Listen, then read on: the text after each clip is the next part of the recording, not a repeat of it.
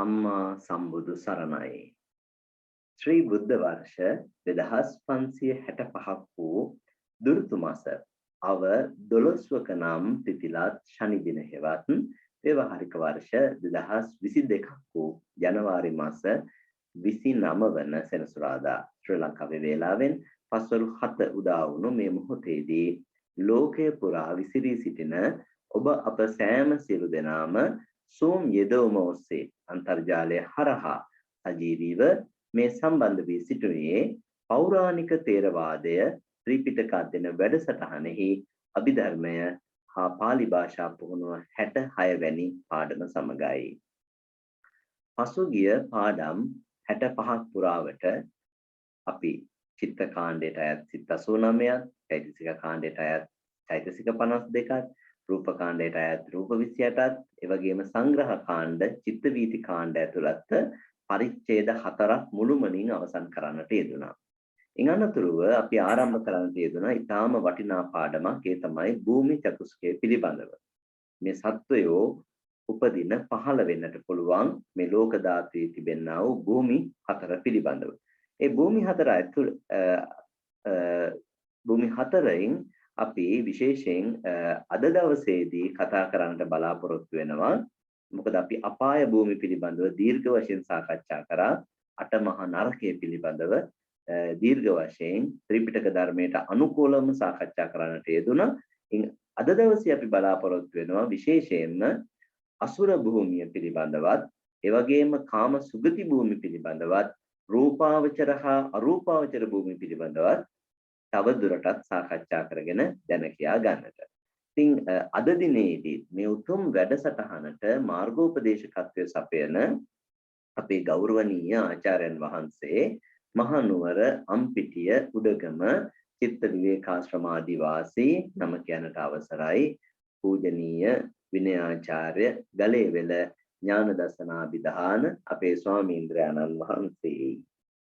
ගෞරවනීය ස්වාමීන්ද්‍රයන්න් වහන්සේ අපේ කාරුණික ආරාධනාව බොහෝමත්ම මෛත්‍රී සහගත පිළිගනිමින් මේ සම්බුද්ධ ශාසනයේ චිරස්ථිතිය උදෙසාම සියලු ලෝක සත්වයන්ට මේ ලෞතර බුදුමාමෑණියන් වහන්සේ මහා කරුණාවෙන් දේශනා කරන්නට යෙදුණු මේ ධර්ම මාර්ගයේ විවර කළ යුතුයි. මේ ධර්මය විවරණය කර විභජනය කරමින් විස්තර කර දෙමින් පැහැදිලි කර දිය යුතුයි කියන අර්ථයෙන් හිම පිහිටාගෙන ඒ අපේ ආරාධනාව පිළිගනිමින් මේ අභිධර්ම වැඩසටහන ආරම්භ කරන්නට මේ ත්‍රිපිටක අධ්‍යයන වැඩසටහන ආරම්භ කරන්නට යෙදුණා.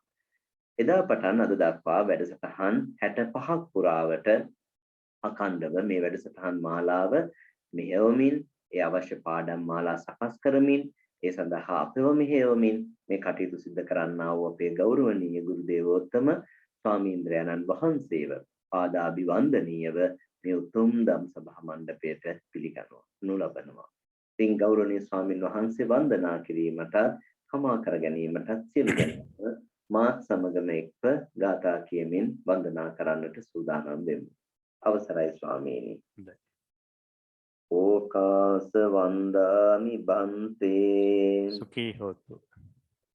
ඕකාස ద్వාරත්තේන කතං සබ්බං අච්චයං කමතමේ බන්තේ කමාමි කමිතබ්බං සාදෝකාස කමාමි බන්තේ සුඛී හෝතු නිබ්බාන පච්චේ හෝතු සුඛී හෝතු නිබ්බාන පච්චේ හෝතු. ගෞරවනීය ස්වාමීන් වහන්සේ පෞරාණික තේරවාදයේ ත්‍රිපිටක අධ්‍යයන වැඩසටහන ඔස්සේ මීළඟ අභිධර්ම පාඩමට සහ සම්බන්ධ වීමට ලෝකයේ රටවල් ගණනාවක වෙසෙන ශ්‍රී ලාංකික පිරිස බොහෝමත් මෝනෑකමින් අද දිනේදී සහ සම්බන්ධ වී සිටිනවා. අප වෙත අනුකම්පාවෙන් මීළඟ පාඩම ආරම්භ කරන මෙන් ඔබ වහන්සේට පාද නමස්කාර පූර්වකව සියලුම දෙනා වෙනුවෙන් ආරාධනා කර සිටිනවා ස්වාමීනි. අවසරයි. හොඳයි අපි මුලින්ම කවුරුත් නමස්කාර පාඨය කියමින් බුදුරජාණන් වහන්සේට වන්දනා කරමු.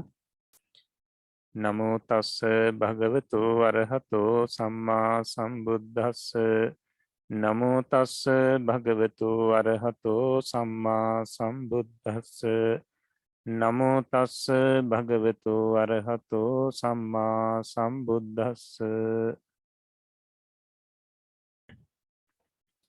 සෑම සියලු දෙනාටම තෙරුවන් සරණයි. අදත් අපි අපේ අභිධර්ම පාළි වැඩසටහනේ තවත් එක් දවසක් එක් වැඩසටහනක් සම්පූර්ණ කරන්නයි මේ සූදානම් වෙන්නේ. ඉතින් අපි ගිය වාරෙදී අපි මේ භූමි චතුස්කය කියන පාඩම යටතේ මේ සතර අපායන් සම්බන්ධව කරුණු බොහෝමයක් ඉගෙන ගත්තා. ඒකට සතර අපාය කියන්නේ මොකක්ද? ඒ වගේම මේ සතර අපායට අයිති සත්වෝ කවුද කියන එකත් විස්තර වශයෙන් ඉගෙන ගත්තා. ඉතින් භූමි චතුස්කය කියන පාඩමට අදාළවම තමයි අදත් අපිට ඉගෙන ගන්න තියෙන්නේ මේ කොටස්. අපි මුලින්ම මේ භූමි චතුස්කය කියන එක මේ නැවත අපි මතක් කරගෙනම පාඩම ආරම්භ කරමු. අපි රූප සටහන ඔස්සේ ඒක නැවත මතක් කරගමු.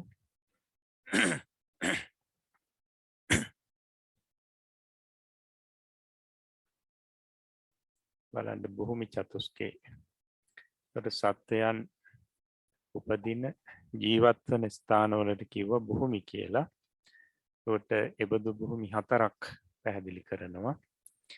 අපාය භූමිය, කාම සුගති භූමිය, රූපාවචර භූමිය, අරූපාවචර භූමිය කියලා. ඒකට අපාය භූමියට නරකයේ, තිරිසන් යෝනිය, പ്രേත විෂය, අසුර නිකාය කියලා කොටස් හතරයි. නැත්නම් අපාය භූමිය සතර ආකාරයි. ඊට පස්සේ කාම සුගති භූමිය හත් ආකාරයි. මනුෂ්‍ය ලෝකයක්, දිව්‍ය ලෝක 6ක්. ඊළඟට රූපාවචර භූමිය 16 ආකාරයි. අරූපාවචර භූමිය 4 ආකාරයි. ඉතින් මේ විදිහට සියල්ලම 31ක් වෙනවා. සියල්ලම 31යි. එතකොට 31 තලය කියලා අපි කියනවා. එහෙම නැත්නම් සක්වලක් කියනවා. මේ භූමි සියල්ලටම. හොඳයි. එතකොට අපි එදා වැඩසටහනේදී අවසානයේදී පැහැදිලි කරගත්ත මේ අසුර නිකාය ගැන. අසුර නිකාය ගැන පැහැදිලි කරගත්තා. එතකොට මේ අසුරයන් නැත්නම් මේ සතර අපායන් එකක් වන අසුර නිකායට අයිති සත්වෝ කවුද කියන එක. කාලකන්නික ප්‍රේතයන්ව තමයි මේ අසුර නිකායට අයිති සත්වෝ කියන එක අපි පැහැදිලි කරගත්තා. එතකොට මෙන්න මේ අසුර කියන වචනේ, අසුර කියන පදයේ සත්වෝ කීප පිරිසකටම කොට්ටාස කිහිපයකට යෙදෙන පදයක්. ව්‍යවහාර වෙන පදයක්. එතකොට අපි බලන්න ඕනි මේ අසුර නාමයෙන් හඳුන්වන අනිත් සත්වෝ කවුද කියලා. එතකොට එහෙම හඳුන්වන්න හේතුව මොකක්ද කියන කාරණාව. ඉතින් අපි ඒ කාරණාව පැහැදිලි කරගමු. මේ පාඩමේ ඊළඟ ඡේදයේ කියවලා අවසානයේදී. කියවන්න.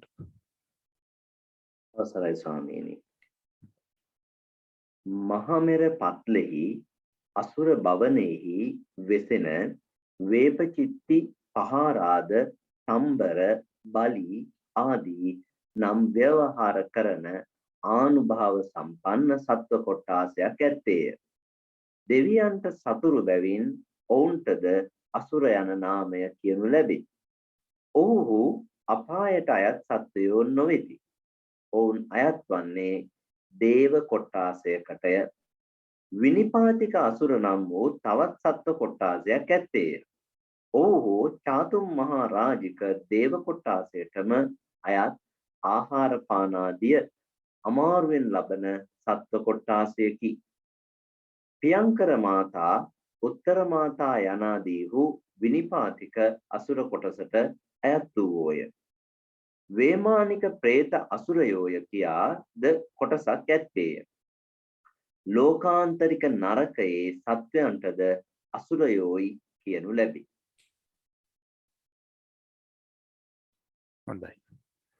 එතකොට මහමෙර පත්ලෙහි අසුර භවනයේ වෙසෙන වේපචිත්ති පහාරාද සම්බර බලි ආදී නම් ව්‍යවහාර කරන ආනුභාව සම්පන්න සත්ව කොට්ටාසයක් ඇත්තේ. දෙවියන්ට සතුරු බැවින් ඔවුන්ටද අසුර යන නාමයේ කියනු ලැබේ කියලා තියෙනවා. එතකොට මේ අසුර කියන නම සත්ව කොට්ටාස 5කට ව්‍යවහාර කරනවා, භාවිතා කරලා තියෙනවා. පිට ධර්මයේ තනින් තන දකින්න තියෙනවා.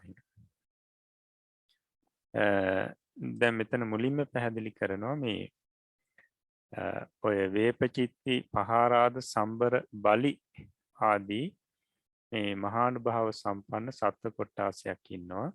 අන්න ඒ පිරිසටත් අසුර කියන නාමයේ ව්‍යවහාර කරනවා කියලා. ඒකට සුර කියලා කියන්නේ දෙවියන්ට කියන නමක්. සුර කියන්න හේතුව තමයි ඒ පිරිස තමන්ගේ පුණ්‍ය බලයෙන් බබලනවා. එතකොට බබලන ශරීරයක් තියෙනවා. එතකොට සැප සම්පත් වලින් බබලනවා. කාම සම්පත් අවශ්‍ය තරම් තියෙනවා.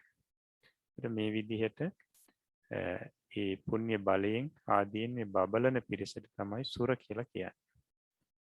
සුර. එතකොට මෙතන අසුර කියලා මුල් මේ පහාරාදාදී මේ සත්ව කොට්ටාසයට භාවිතා කරනවා. පිරිස දන්නවා ඔය දේවාසුර යුද්ධය ගැන.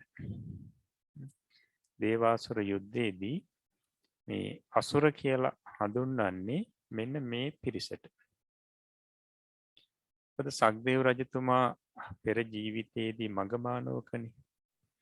ඒත් මගමානවක යාළුවෝ 33 දෙනෙක් එක්ක යහපත් කටයුතු කරලා ඊට පස්සේ වත් 7ක් පුරලා අනිත් ජීවිතාන්තය දක්වා වත් 7ක් පුරලා තවතිසා දිව්‍ය ලෝකෙ ඉපදින්නේ. ඉපදුනාට පස්සේ හිටියා තවතිසා දිව්‍ය ලෝකේ තවත් දිව්‍ය පිරිසක්. එතකොට මේ පිරිස මේ සක්දේව රජතුමා ඇතුළු පිරිස වගේ යහපත් පිරිසක්ම නෙවෙයි. ඉතින් සක්දේව රජතුමා ඊට පස්සේ පිරිසව දිව්‍ය ලෝකෙන් තවතිසාවෙන් ඉවත් කරා. නිරපා දැම්මා.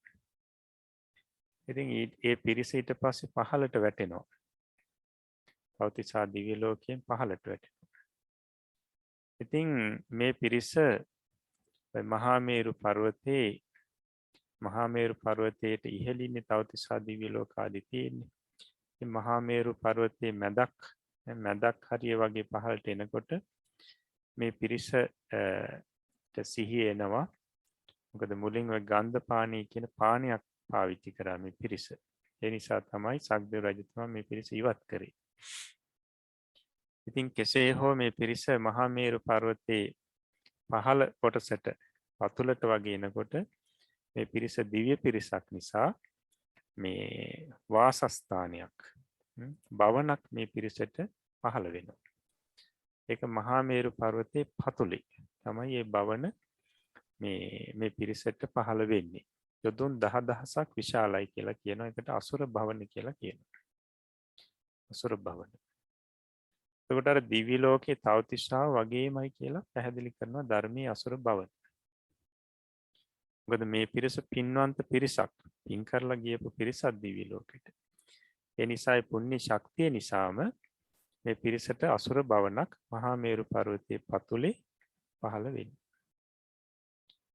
ඉතින් අර තවතිසාවැසි දෙවියන්ට වගේම ඒ ආනුභාව සම්පත්තිය තියෙනවා. සැප සම්පත් තියෙනවා. මේ විදිහට මේ පිරිස මහානුභාව සම්පන්න පිරිසක්. එතකොට මේ දිව්‍ය ලෝකේ වාසය කරනකොට තවතිසාවයි මේ අසුර භවනයි දෙක. දැන් මේ අසුර භවනේ මේ අසුර පිරිස වාසය කරනකොට තවතිසාවයි මේ අසුර භවනයි දෙකේ වෙනසක් සමහරුන්ට තේරෙන්නේ නැහැ. එච්චරටම එකම විදිහට සැප සම්පත් තියෙනවා. එතකොට අසුර භවනේ පිපෙනවා කියනවා චිත්‍රපාටලී කියන මලක් වෘක්ෂවල. නමුත් තවතිසාවේ පරසතු මල් තමයි පිපෙන්නේ. චිත්‍රපාටලී මල් පිපෙනකොට තමයි මේ අසුරයෝ දැනගන්නවා කියන්නේ මේක තවතිසා භවන නෙවෙයි කියලා. ඒ වෙනස දැනගන්න. එතකොට මේ පිරිස තරහ ගන්නවා. ඉතින් කල්පනා වෙනවා මේ සක්දේව රජතුමා අපි මෙතනින් අපි තවතිසා දිව්‍ය ලෝකයෙන් අපේ තැනින් මේ පිටමං කරා ඉවත් කරා කියලා තරහ ඇති වෙලා මේ පිරිස දෙවියන් එක්ක යුද්ධ සඳහා මේ අසුර භවනින් නික්මිලා ඉහළට එනවා. එතකොට මෙන්න මේ පිරිස තමයි මේ වේපචිත්ති පහාරාද සම්බර බලි ඊට පස්සේ රාහු ආදී නම් වලින් හඳුන්වන මේ පිරිස. එතකොට මේ පිරිසත් දිව්‍ය පිරිසක්ම තමයි. නමුත් අර ඉහළ දෙවියන් හා සතුරු පිරිසක්. ඒ දෙවියන්ට සතුරුයි. ඒ නිසා මේ පිරිසට අසුර කියන නම ලැබිලා තියෙනවා. අසුර. එතකොට නමුත් අර දෙවියන්ට වගේම මහානුභාව සම්පත්තිය සැප සම්පත් තියෙනවා. එතකොට මේ පිරිස අයිති වෙන්නේ මේ අසුර කියන නාමයෙන් හඳුන්වන අසුර භවනේ ඉන්න පිරිස අයිති වෙන්නේ තවතිසා දිව්‍ය ලෝකයටම තමයි. තවතිසා දිව්‍ය ලෝකයටමයි අයිති වෙන්නේ. නමුත් මේ පිරිස ඉන්නේ මහා මේරු පර්වතයේ පතුලේ පහළ වුණු අසුර භවනේ. එතකොට ඔය පහාරාද අසුරින්දයා බුදුරජාණන් වහන්සේලාට ඇවිල්ලා ඔය මුහුද සම්බන්ධයෙන් මුහුදට ඒ පිරිස රුචි කරන්න ඇලෙන්න හේතු මොනවද කියන එක එහෙම පැහැදිලි කරපු ඔය පහාරාද සූත්‍රයක් එහෙම පහාරාද සූත්‍රේ නමින් සූත්‍රයක් එහෙම තියෙනවා. එතකොට එකයි මේකේ පැහැදිලි කරන්නේ දෙවියන්ට සතුරු බැවින් ඔවුන්ටද අසුර යන නාමය ලැබේ. දෙවියන්ට සතුරු නිසා මේ පිරිසට අසුර කියලා කියනවා. අසුර කියන නාමයෙන් මේ පිරිස හඳුන්වනවා.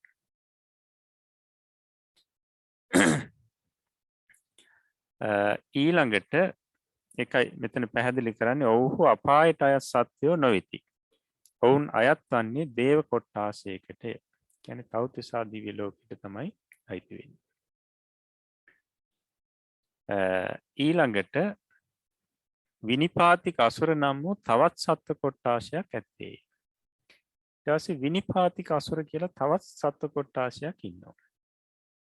විනිපාතික අසුර. එතකොට ඔහු චාතුම් මහා රාජිකේ දේව කොට්ටාසයටම අයත් ආහාර පාන ආදී අමාරුවෙන් ලබන සත්ව කොට්ටාසයකි. පියංකර මාතා උත්තර මාතා යනාදීහු විනිපාතික අසුර කොට්ටාසයට අයත් වූයේ. එතකොට මේ පිරිස අයිති වෙන්නේ චාතුම් මහා රාජිකයේ දිව්‍ය ලෝකෙට.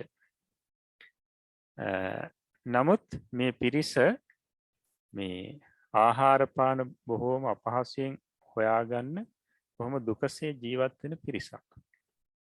මේ විනිපාතික අසුර කියන පිරිස. එතකොට මේ පිරිසට මේ පිනෙන් ලැබුණු වාසස්ථානයක් නැහැ. පිනෙන් ලැබුණු වාසස්ථානයක් නැහැ දැන්. දිව්‍ය ලෝක වාසී දෙවියන්ට විමාන පහළ වෙනවනේ පිනේ. මෙහෙ පින් කරනකොටත් සමහරුන්ට විමාන දිව්‍ය ලෝකෙ පහළ වෙනවා. එතකොට අර නන්දි උපාසක මහත්මයාට මේ මනුෂ්‍ය ලෝකෙ විහාරයක් පූජා කරනකොට දිව්‍ය ලෝකයේ දිව්‍ය විමානයක් පහළ වෙනවා. දිව්‍ය ලෝකෙට යන්නත් කලින් විමානයක් පහළ වෙනවා. ඉතින් මේ විනිපාතික අසුර කියන පිරිසට ඒ විදිහට පිනෙන් ලැබුණු විමානයක් එහෙම නැත්නම් වාසස්ථානයක් නැහැ. ඒතර මේ පිරිස වාසය කරන්නේ ඔය මනුෂ්‍ය ලෝකයේ මැසුරු කරගෙන ගස්වල ඊට පස්සේ ඔය ගල් ගුහාවල කියන්නේ ජන ශූන්‍ය තැන්වල ඊට පස්සේ සොහොන් වල. ඉතින් මේ විදිහේ අර ජනයා ගැවසෙන්නේ නැති මේ පාළු තැන්වල තමයි මේ පිරිස වාසය කරන්නේ. විනිපාතික අසුර. එතකොට දුකසේ ජීවත් වෙන සත්ව කොට්ටාසයක්. මේ මිනිස්යන්ව ඉවත දාන ආහාර පාන සමහරලාට අපවිත්‍ර දේවල්. මේවා තමයි හොයාගෙන අනුභව කරන්නේ. නිසා බොහෝම දුකසේ ජීවත් වෙන පිරිසක්. අර සුගතිය උපදින්න පිනක් තිබුණා. නමුත් සංසාරේ අකුසලුත් කරලා තියෙනවා. ඒ නිසා ප්‍රවෘත්ති කාලයේදී අකුසල් වල විපාක ලැබෙනවා. ආහාර පාන මේ බොහෝම දුකසේ හොයාගෙන තමයි ජීවත් වෙන්නේ. එතකොට පැහැදිලි කරනවා මෙන්න මේ පිරිස සමහර වෙලාවට ඔය පොඩි ළමයින්ට, ඊට පස්සේ රෝගීන්ට, ඊට පස්සේ දුර්වල මිනිස්සු දුර්වල වුණාට පස්සේ ඒ අයට ආවේශ වෙලා ඒ අයට පීඩා කරලා මේ ආහාර පානත් ලබා ගන්නවා කියලා. ඒ අයට පීඩා කරලා ආහාර පාන ලබා ගන්නවා. ඒ අයට සමහර ලාවට ඔය දුර්වල වුණාට පස්සේ මිනිස්සු, ඊට පස්සේ පොඩි ළමයින්ට, රෝගීන්ට ආවේශ වෙලා ආහාර පාන මේ බලෙන් ඉල්ල ගන්නවලු. එතකොට කට්ටඩියන් දෙන දොළ පිළිගන්නෝ ඔව්හුය. කට්ටඩියන් දෙන දොළ පිළිගන්නෙත් මෙන්න මේ පිරිස කියලා කියනවා. එතකොට පැහැදිලි සමහර වෙලාවට සමහරු අමනුෂ්‍යෝ ආවේශ වෙලා නැත්නම් අමනුෂ්‍යෙක් අල්ලගෙන කියලා කියනවා. ඊට පස්සේ මොනවද ඕනි කියලා ඊට පස්සේ අර අහලා සමහර දේවල් දීලා ඉවත් කරන අවස්ථාවේ මහලා තියෙනවනේ. එතකොට මෙන්න මේ පිරිස තමයි ওই දුර්වල අයට, රෝගීන්ට, ඊට පස්සේ කුඩා ළමයින්ට ආවේශ වෙනවා කියලා කියන්නේ. විනිපාතික අසුර. එතකොට මේ පිරිස මේ අතර සමහරු ඉන්නවා ත්‍රි හේතුක ප්‍රතිසන්දී තියෙන පිරිස. සමහරු ද්වි හේතුකයි. සමහරු සුගතිය හේතුකයි. ත්‍රි හේතුක පිරිසක් ඉන්නවා. ද්වි හේතුක පිරිසක් ඉන්නවා. ඊළඟට සුගතිය හේතුක පිරිසක් ඉන්නවා. එතකොට ඔය පියංකර මාතා, උත්තර මාතා, පුනබ්බසු මාතා ඔය විදිහට නම් වලින් හඳුන්වනවා මෙන්න මේ පිරිස මේ ධර්මී. අහලා ඇති. මේ අය සම්බන්ධයෙන් සූත්‍ර තියෙනවා. එතකොට මේ අය අතර සමහරු සෝවාන් මාර්ගඵලවලටත් පත්වෙච්ච අය ඉන්නවා. ත්‍රි හේතුක ප්‍රතිසන්දියක් තියෙන පිරිසක් ඉන්නවා මේ අය අතර. එතකොට මෙන්න මේ පිරිසට මේ යක්ෂණී කියන නාමයක් ව්‍යවහාර කරනවා. යක්ෂණී කියන නාමය.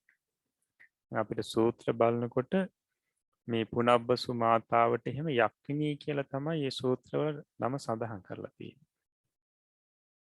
අපි අර හිතන ස්වરૂපේ මේ අපිට යක්ෂයෙක් කියලා හිතනකොටම ඇහෙනකොටම එන ස්වરૂපයක් තියෙනවනේ. එහෙම නෙවෙයි. මේ පිරිස දුකසේ ආහාර පාන හොයාගෙන ජීවත් වෙන පිරිසක්. යක්ෂිනී කියලත් මෙන්න මේ පිරිස් වලට ව්‍යවහාර කරනවා. එතකොට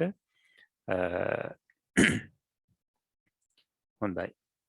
එතකොට මේ පිරිස අයිති වෙන්නේ චාතු මහරජකයේ දිව්‍ය ලෝකයට කියන එක අපි පැහැදිලි කරා. චාතුරු මහරජකයේ දිව්‍ය ලෝකයට අයිති වෙන්නේ, නමුත් ඒ දිව්‍ය ලෝකේ ඉන්නව නෙවෙයි මේ පිරිස. මේ මනුෂ්‍ය පතේ වාසය කරනවා. එතකොට අපට නමුත් මේ ප්‍රകൃතිය හැට පේන්නේ නැහැ. ප්‍රകൃතිය හැට පේන්නේ නැහැ. මොකද මේ මනුෂ්‍යයන් අතර ආහාර හොයාගෙන අතරට ඇවිල්ලා ආහාර හොයාගෙන ඉතින් ඒ පිරිස ජීවත් වෙන්නේ. හොඳයි. ඊට පස්සේ වේමානික പ്രേත අසුර. වේමානික പ്രേත අසුර කියලා පිරිසකුත් ඉන්නවා. එතකොට අර මුලින් සඳහන් කරපු මේ විනිපාතික අසුර කියලා ඒ පිරිසට මේ අසුර කියන නාමය යොදන්න හේතුව තමයි කුද්දක සුර, චූල සුර. එන්න මේ අර්ථයෙන් කියන්නේ කුඩා දෙවියෝ, පොඩි දෙවියෝ කියන අර්ථයෙන් තමයි ඒ පිරිසට සුර කියන්නේ නැතුව අසුර කියන නාමය යොදලා තියෙන්නේ කියලා ධර්මයේ පැහැදිලි කරනවා. කුඩා හොඳයි. එතකොට ඊළඟට වේමානික പ്രേත අසුර. වේමානික പ്രേත අසුර. එතකොට මෙන්න මේ වේමානික പ്രേත අසුර කියන කොටාසයට අයිති වෙනවා යම රජ්ජුරුව ඇතුළු පිරිස. යම රජ්ජුරුව. දැන් අපි කලින් පැහැදිලි කරා මේ යම රජ්ජුරුව මේ නිරේ සත්‍යයන්ට මේ කුසල් සිහිපත් කරලා දෙනවා කියලා. අපි ගත්තොත් මහා නිරේක දොරටු 4ක් තියෙනවා. මේ දොරටු 4 යම රජුරෝ 4 දෙනා බැගින් ඉන්නවා. හැම මහා නිරේකම දොරටු 4 4 දෙනා බැගින් මේ යම රජුරෝ ඉන්නවා. ඒකට මෙන්න මේ පිරිස තමයි මේ වේමානික പ്രേත අසුර කියලා කියන්නේ. යම රජුරෝ ඇතුළු ඒ පිරිස. එතකොට මේ යම රජුරෝ ඇතුළු මේ පිරිස කලකදී සැප විඳිනවා, කලකදී දුක් විඳිනවා. කාලයකට අනිත් දෙවියෝ වගේ දිව්‍ය විමානවල ඒ පිරිවරාගෙන සැප සම්පත් විඳිනවා. නමුත් කාලෙකදී මේ දුක් විපාක එනකොට නිරේට ගිහිල්ලා නිරේ ඒ නිරිසතුන්ට මේ කුසල් සිහිපත් කරන්න ඕනේ. නැත්නම් අපි කියනවා නඩු විසඳනවා කියලා. කුසල් සිහිපත් කරලා දෙනවා. නිරේ පහළ වෙන ඔය ඔසුපත් නිරේවල් වල එහෙම පහළ වෙන නිරිසතුන් ඒ නිරිපල්ලන් අරගෙන මේ යම රජුරෝ ළඟට එනවා ඉස්සලා. ඉතින් ආවට පස්සේ කියනවා රජතුමනි මේ අයට නිසි දඬුවමක් නියම කරන්න. අන්න ඒ වෙලාවේදී යම රජුරෝ අහනවා නුඹ පළවෙනි දේව දූතයා මනුෂ්‍ය ලෝකේ දැක්කද? දෙවෙනි දේව දූතයා දැක්කද? තුන්වෙනි දේව දූතයා දැක්කද? ඔය විදිහට අහනවා, පිළිවිසිනවා. ඒ දේව දූතයෝ කියන නම් වලින් අදහස් කරන්නේ මනුෂ්‍ය ලෝකයේ මැරිලා ඉන්න කෙනෙක්. නැත්තම් ලෙඩ අසනීප වෙලා ඉන්න කෙනෙක්. මෙන්න මේ වගේ අය දැක්කද? ඒකට ඒ කාලේ ඒ දැකලා කුසලයක් කරගත්තද? ඔය විදිහට විමසලා එක් මනුෂ්‍ය ලෝකයේ කරගත් සුළු හෝ කුසලයක් සිහිපත් කරලා දෙන්න තමයි උත්සාහවත් වෙන්නේ මේ යම රජුරෝ. එමෙ සිහිපත් කරලා දීලා මේ නිරයෙන් මුදවන්න. එතකොට නිරේට ගිහිල්ලා මේ කුසල් සිහිපත් කරන්න වෙනවා මේ යම රජුරවන්ට කාලෙකදී. ඒකට එතන ඉඳීම කියලා කියන්නේ ඒක දුක් විපාකයක්. දුක් විපාකයක්. මෙන්න මේ විදිහට කාලෙකදී දෙවියන් හා සැප විඳිනවා, කාලෙකදී නිරේට ගිහිල්ලා දුක් විඳිනවා. එතකොට මේ කුසල් සහ අකුසල් දෙකොට්ටාසෙම බලවත්ව කරපු පිරිස තමයි මේ. ඉපදීමට කුසලයේ හේතු වුණා, නමුත් ප්‍රවෘත්ති කාලේ අකුසලයේ විපාක දෙනවා. එතකොට මෙන්න මේ පිරිසට තමයි මේ වේමානික പ്രേත අසුර කියලා කියන්නේ. වේමානික പ്രേත අසුර. එතකොට මේ පිරිසට අසුර කියන නම භාවිතා කරන්න හේතුව මේ ඒකදේශේන සුර සදිසා. ඒ කියන්නේ එක පැත්තකින් දෙවියන් හා සමානයි. ඒ කියන්නේ එක කාලෙකදී සැප විඳිනවා දෙවියන් හා සමානව. නමුත් අනිත් කාලෙදී දුක් විඳිනවා. ඒ නිසා එක පැත්තකින් එක කාලයකට දෙවියන් හා සමාන නිසා සමානව සැප විඳින නිසා එතනදී අසුර කියන නම මේ පිරිසටත් ව්‍යවහාර කරනවා. එතකොට මෙන්න මේ වේමානික പ്രേත අසුර කියන පිරිසට අයිති වෙන්නේ චාතුරු මහා රාජිකේ දිව්‍ය ලෝකෙට. චාතුරු මහා රාජිකේ දිව්‍ය ලෝකෙටයි අයිති වෙන්නේ. ඊළඟට ලෝකාන්තරික නරකයේ සත්‍යයන්ටද අසුරයයි කියනු ලැබේ. ලෝකාන්තරික නිරය ගැන අපි කලින් පැහැදිලි කරා. මේ නිරයේ ඉන්න සත්‍යයන්ට අසුර කියලා කියනවා. එතකොට ඒක පැහැදිලි කරනවා සබ්බසෝ සුරගුණ රහිතා. ඒ පිරිසට අසුර කියන්න හේතුව තමයි සම්පූර්ණයෙන්ම අර දෙවියන්ට තියෙන ගුණ දෙවියන්ගේ තියෙන ගුණ වලින් මේ පිරිස සම්පූර්ණ පරිබාහිරයි. දෙවියන්ට තියෙන එකම කියන්නේ සැප සම්පත් නැත්නම් ශාරීරික ඕබාස මේ මොකුත් නැහැ. දෙවියන්ට තියෙන ගුණ කිසිවක් නැති නිසා මේ පිරිසට අසුර කියලා කියනවා. ඒ වගේම තමයි ඔය කාලකන්ජික ප්‍රේතයන්ටත් අසුර කියලා කියනවනේ. අසුර අපායට අයිති පිරිසනේ. ඒකට ඒ පිරිසටත් කාලකන්ජික ප්‍රේත පිරිසටත් අසුර කියන්න හේතුව තමයි මේ ඒ පිරිසත් අර සම්පූර්ණම දෙවියන්ට තියෙන ඒ ගුණ වලින් පරිබාහිරයි. ඒ පිරිසට නැහැ.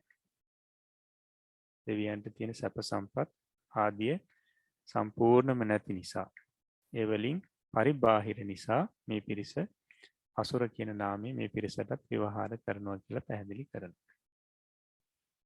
එතකොට අද අපි බොහෝ සෙයින් ඔය අසුර කියලා කියන්නේ අර මුලින් සඳහන් කරපු මේ වේපචිත්ති පහාරාද කියන මෙන්න මේ පිරිසට තමයි අද අපි සාමාන්‍යයෙන් අසුර කියන වචනේ භාවිතා කරන්නේ දිව්‍ය පිරිසකට. ඒකට අසුර නිකායට අසුර අපායට අයිති වෙන්නේ කාලකන්ජික ප්‍රේතයන්. හොඳයි. එතකොට දැන් මේ ලෝකාන්තරික නරකයේ සත්‍යයන් අයිති වෙන්නේ නිරේටම. දැන් අපි මේ කාරණාව රූප සටහනක් ඔස්සේ තවදුරටත් පැහැදිලි කරගමු.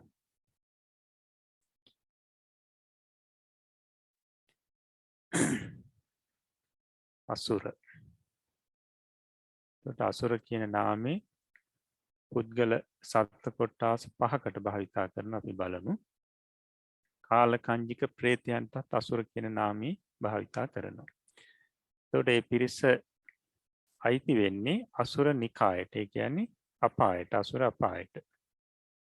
හොඳයි. ඊළඟට අසුර භවනීය සත්‍යයන් කියන්නේ වේපචිත්ති පහාරාද රාහු ආදී මේ අසුරින්ද්‍රයන්. තත් මේ පිරිසටත් අසුර කියන නම භාවිතා කරනවා. ඒ පිරිස අයිති වෙන්නේ තාවතින්ස දිව්‍ය ලෝකයට. ඊළඟට විනිපාතික අසුර කියන පියංකර මාතා, උත්තර මාතා, පුනබ්බසු මාතා ආදී පිරිස. ඒතර මේ පිරිසට විනිපාතික අසුර තමයි අසුර කියන නාමයේ භාවිතා කරනවා. ඊළඟට යම රජු ආදී පිරිසටත් අසුර කියන නාමයේ භාවිතා කරනවා. ඒ පිරිසට කියන්නේ වේමානික ප්‍රේත අසුර කියලා. ඒතර මේ දෙකොට්ටාසෙම අයිති වෙන්නේ චාතුර්මහා රාජකීයට. ඊළඟට ලෝකාන්තරික නිරිසතුන්ටත් අසුර කියන නාමයේ භාවිතා කරනවා. ඒ පිරිස අයිති වෙන්නේ නමුත් නිරේට. නිරේට. හොඳයි.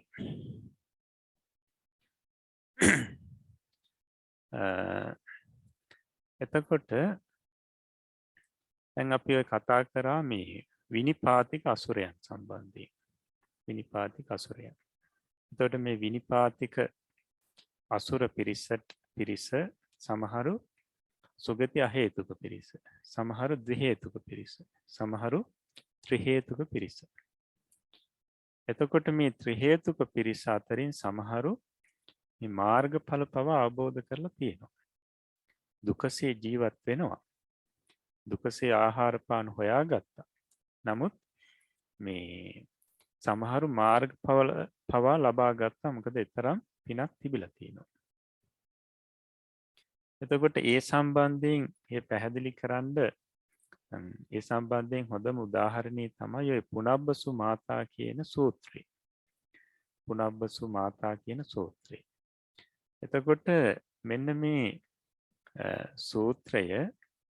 සූත්‍රය අපි කියවනකොට ඒක පැහැදිලි වෙනවා ඒ අසුරයන්ගේ නැත්නම් ඒ විනිපාතික අසුර මවගේ තිබුණු ආකල්පේ ධර්මයට තිබුණු ලැබියාව.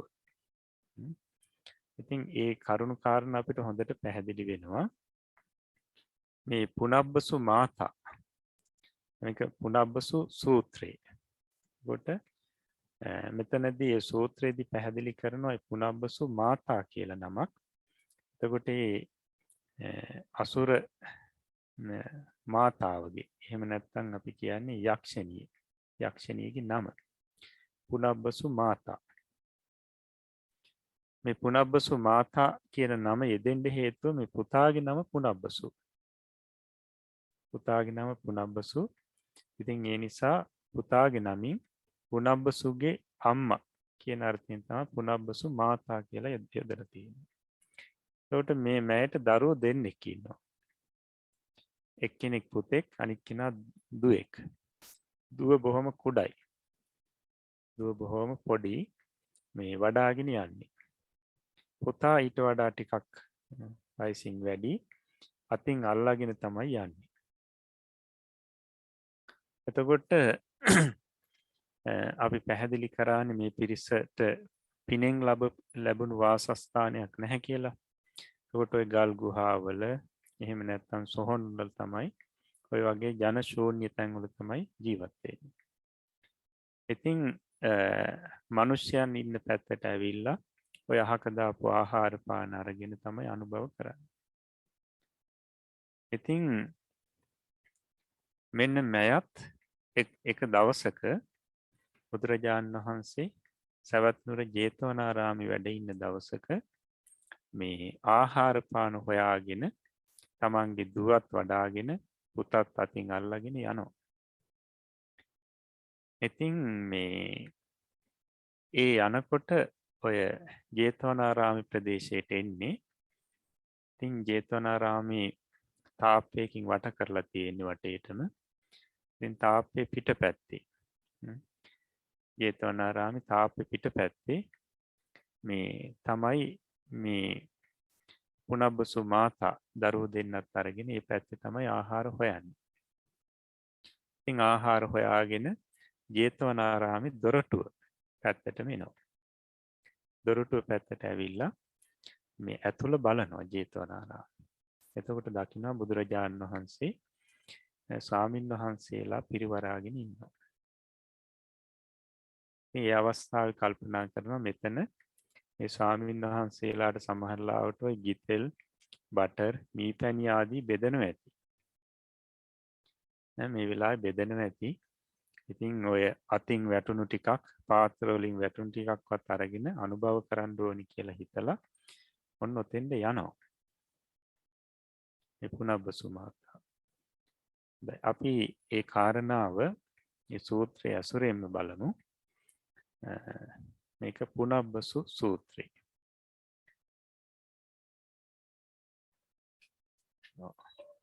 පුනබ්බසු සූත්‍රය මේක සංයුක්ත නිකායේ සගාතක වර්ගයේ තියෙන්නේ. පුනබ්බසු සුත්තම්. බලන්න මේකේ ඒකං සමයං භගවා සාවත්තිහං විහෙරති ජේතවනේ අනාථපිණ්ඩිකස්ස ආරාමේ. තේන කොහොපන සමේන භගවා භික්ඛු නිබ්බාන පටිසංයුත්තාය ධම්මියා කතාය සන්දස්සේති. සමාදපේති සමුත්තේජේති සම්පහන්සේති. තේච භික්ඛු අට්ඨින් කତ୍වා මනසිකත්වා සබ්බ චේතසා සමන්නාහරිත්වා ඕහිත සෝතා ධම්මං සුනන්ති. අතකෝ පුනබ්බසු මාතා යක්ඛිනී පුත්තකේ ඒවං තෝසේසි. මෙතන කියන්නේ ඒකං සමයං භගවා සාවත්තියං විහෙරති ජේතවනේ අනාථපිණ්ඩිකස්ස ආරාමේ. එක සමයක බුදුරජාණන් වහන්සේ සවැත් නුවර අනාථපිණ්ඩික සිටුතුමාගේ ජේතවනාරාමේ වැඩ වාසය කරනවා. තේන කොහොපන සමේන මෙන්න මේ කාලෙදී භගවා භික්ඛු නිබ්බාන පටිසංයුත්තාය ධම්මියා කතාය සන්දස්සේති සමාදපේති සමුත්තේජේති සම්පහන්සේති. එතකොට මේ බුදුරජාණන් වහන්සේ ජේතවනාරාමේ වැඩ ඉන්න කාලෙදී සිදුවුණු සිදුවීමක් මේකේ පැහැදිලි කරන්නේ. මෙතනදී පැහැදිලි කරනවා තවදුරටත් ධර්මයේ බුදුරජාණන් වහන්සේ උදේ කාලේ දානි වළඳලා ඊට පස්සේ දහවල් මධ්‍යහණයෙන් පස්සේ ඒ පිරිසට ආපු ගිහි පිරිසට අනුශාසනා කරලා ඊට පස්සේ සන්ධ්‍යා කාලේ පැම් පහසු වෙලා ඊට පස්සේ ඉර බැහැගෙන යන අවස්ථාවේදී උන්වහන්සේ පනෝප බුද්ධාසනයේ මැත්තේ වැඩ හිටියා. වැඩ ඉන්නවා. මෙන්න මේ වෙලාවේදී ස්වාමින් වහන්සේලා තනින් තැන හිටපු ස්වාමින් වහන්සේලා බුදුරජාණන් වහන්සේ සමීපයට ඇවිල්ලා ඒ වන්දනා කරලා පැත්තකින් වැඩ ඉන්නවා. භික්ෂුන් වහන්සේලා බොහෝ පිරිසක් මේ බුදුරජාණන් වහන්සේ ළඟට වැඩම කරලා තියෙනවා. මෙන්න මේ වෙලාව ඒක තමයි තේන කොහොපන සමීන කියලා කියන්නේ. මෙන්න මේ අවස්ථාවේදී භාග්‍යවතුන් වහන්සේ මේ භික්ෂූන් වහන්සේලාට නිබ්බාන පටිසංයුත්තාය ධම්මියා කතාය. නිර්වාණය හා නිවන හා සම්බන්ධ ධර්ම කතාවක් කරනවා. ධර්ම දේශනාවක් පවත්වනවා. සන්දස්සේති කියලා කියන්නේ කරුණු දක්වනවා, සමාදපේති කරුණු ගන්වනවා, සමුත්තේජේති තෙද ගන්වනවා ඒ ධර්මයේ, සම්පහන්සේති ස්වාමීන් වහන්සේලායි ධර්ම දේශනාවෙන් සතුටු කරනවා. ඉතින් මේකෙන් පැහැදිලි කරන්නේ ඉතින් බුදුරජාණන් වහන්සේ තමන් වහන්සේ ළඟට වැඩම කරපු ස්වාමීන් වහන්සේලාට නිර්වාණය හා සම්බන්ධ ධර්ම දේශනාවක් දහම් කතාවක් තමයි කරලා තියෙන්නේ. දේශනා කරලා තියෙන්නේ. ඉතින් මේ දේශනා කරමින් භික්ෂුන් වහන්සේලාට තව තවත් මේ ශාසනික ගුණ පුරා ගන්න තෙද ගන්වනවා. ඒ වගේම උන්වහන්සේලාගේ සිත් සතුටු කරනවා. නොයෙක් ආකාරයෙන් කරුණු ගෙනහැර දක්වනවා. එතකොට තේච භික්ඛෝ අට්ඨින් කତ୍වා මනසිකත්වා සබ්බ චේතසා සමන්නා හරිත්තා ඕහිත සෝතා ධම්මං සුනන්ති. ඉතින් මේ ස්වාමින් වහන්සේලාත් ඒ ධර්ම දේශනාවේ තියෙන වටිනාකම තේරුම් අරගෙන කියවෙන දහම් කරුණු හොඳින් මෙනෙහි කරලා අර්ථය මෙනෙහි කරලා කයි මනසිකත්වා කියලා තියෙන්නේ. සබ්බ චේතසා සමන්නා හරිත්වා මේ කරුණු සියල්ලම හිතේ දරාගෙන මතකේ තියාගෙන ඕහිත සෝතා ධම්මං සුනන්ති. සම්පූර්ණම තමන්ගේ දේශවන ඒ ධර්ම දේශනාවටම යොමු කරගෙන බණ අහනවා. අතකෝ පුනබ්බසු මාතා යක්කිනී පුත්තකේ ඒවන් තෝසේසි. මෙන්න මේ අවස්ථාවේදී මේ පුනබ්බසු මාතා යක්ෂණිය තමන්ගේ කුඩා දරුවන්ට මෙන්න මේ විදිහට කියමින් ඒ දරුවන් සනසවනවා. සනසවනවා කියලා මෙතන පැහැදිලි කරන්න. හොඳයි.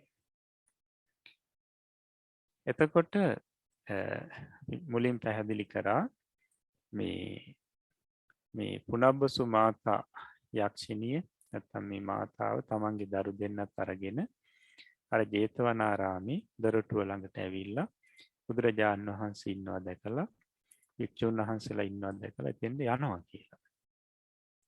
ඉතින් මෙන්න මේ බුදුරජාණන් වහන්සේ මේ නිර්වාණය හා සම්බන්ධ ධර්ම දේශනාව පවත්වන අවස්ථාව තමයි මේ යක්ෂණිය දකින්නේ. ඉතින් ඊට පස්සේ අර ඉතින් ආහාර හොයාගෙන ආව බොහොම කුසගින්නයි. ඉතින් කල්පනා කරනවා ඉතින් අර දොරටු ඉස්සරහා ඉඳලා මේ බුදුරජාණන් වහන්සේත් වැඩ ඉන්නවා, ස්වාමීන් වහන්සේලාත් වැඩ ඉන්නවා. ඉතින් ස්වාමීන් වහන්සේලාට ලැබුණු ඔය ගිතෙල්, බටර්, මීපැණි ආදිය බෙදලා දෙනවා සමහර වෙලාවට. ඉතින් එහෙම අවස්ථාවක් වෙන්නත් පුළුවන්. ඒ නිසා මේ ටිකක් කිට්ටු වෙන්න ඕනේ. ළඟට යන්න ඕනේ. මොකද ওই පාත්‍ර වලින් වැටුණාට පස්සේ ඊට පස්සේ අතින් සමහර වෙලාවට වැටෙනවා. එතකොට ඒව අරගෙන අනුභව කරන්න පුළුවන්. කියන අදහසින් තමයි මේ පුනබ්බසු මාතාව යන්න තීරණය කරේ. ඒකට දුවත් මේ වඩාගෙන පුතත් අතින් අල්ලගෙන තමයි යන්නේ. ඒකට පුතාගේ නම පුනබ්බසු. එතකොට දුවගේ නම උත්තරා. එතකොට දැන් මෙතෙන්ද යනවා. ඉතින් මෙතෙන්ද ගියාට පස්සේ ටිකක් ළඟට කිට්ටුනාට පස්සේ කිට්ටලා ඉන්නකොට මෙතන මොකද කිතෙල් බටර් ආදී බෙදෙන බවක් පේන්නේ නැහැ. හැබැයි බුදුරජාණන් වහන්සේ බණ කියනවා. එතකොට බුදුරජාණන් වහන්සේගේ මේ හඬට මම අහුම්කම් දෙනකොට පැහැදිලි කරනවා මෑගේ ඒ හඬ මිහිරි හඬ සිවිය විදගෙන හැම විදගෙන ඇට මිදුළු වලට හැපිලා මේ පැවතුනා කියලා කියනවා. එච්චර ඒ හඬ මිහිරි. එතකොට මෑට දැන් ආපු දෙයක් අමතක වෙලා. බුදුරජාණන් වහන්සේගේ මේ මිහිරි හඬට මෑගේ සිත සම්පූර්ණම ඇදිලා ගිහිල්ලා. සම්පූර්ණම හිත බැසගෙන එකට.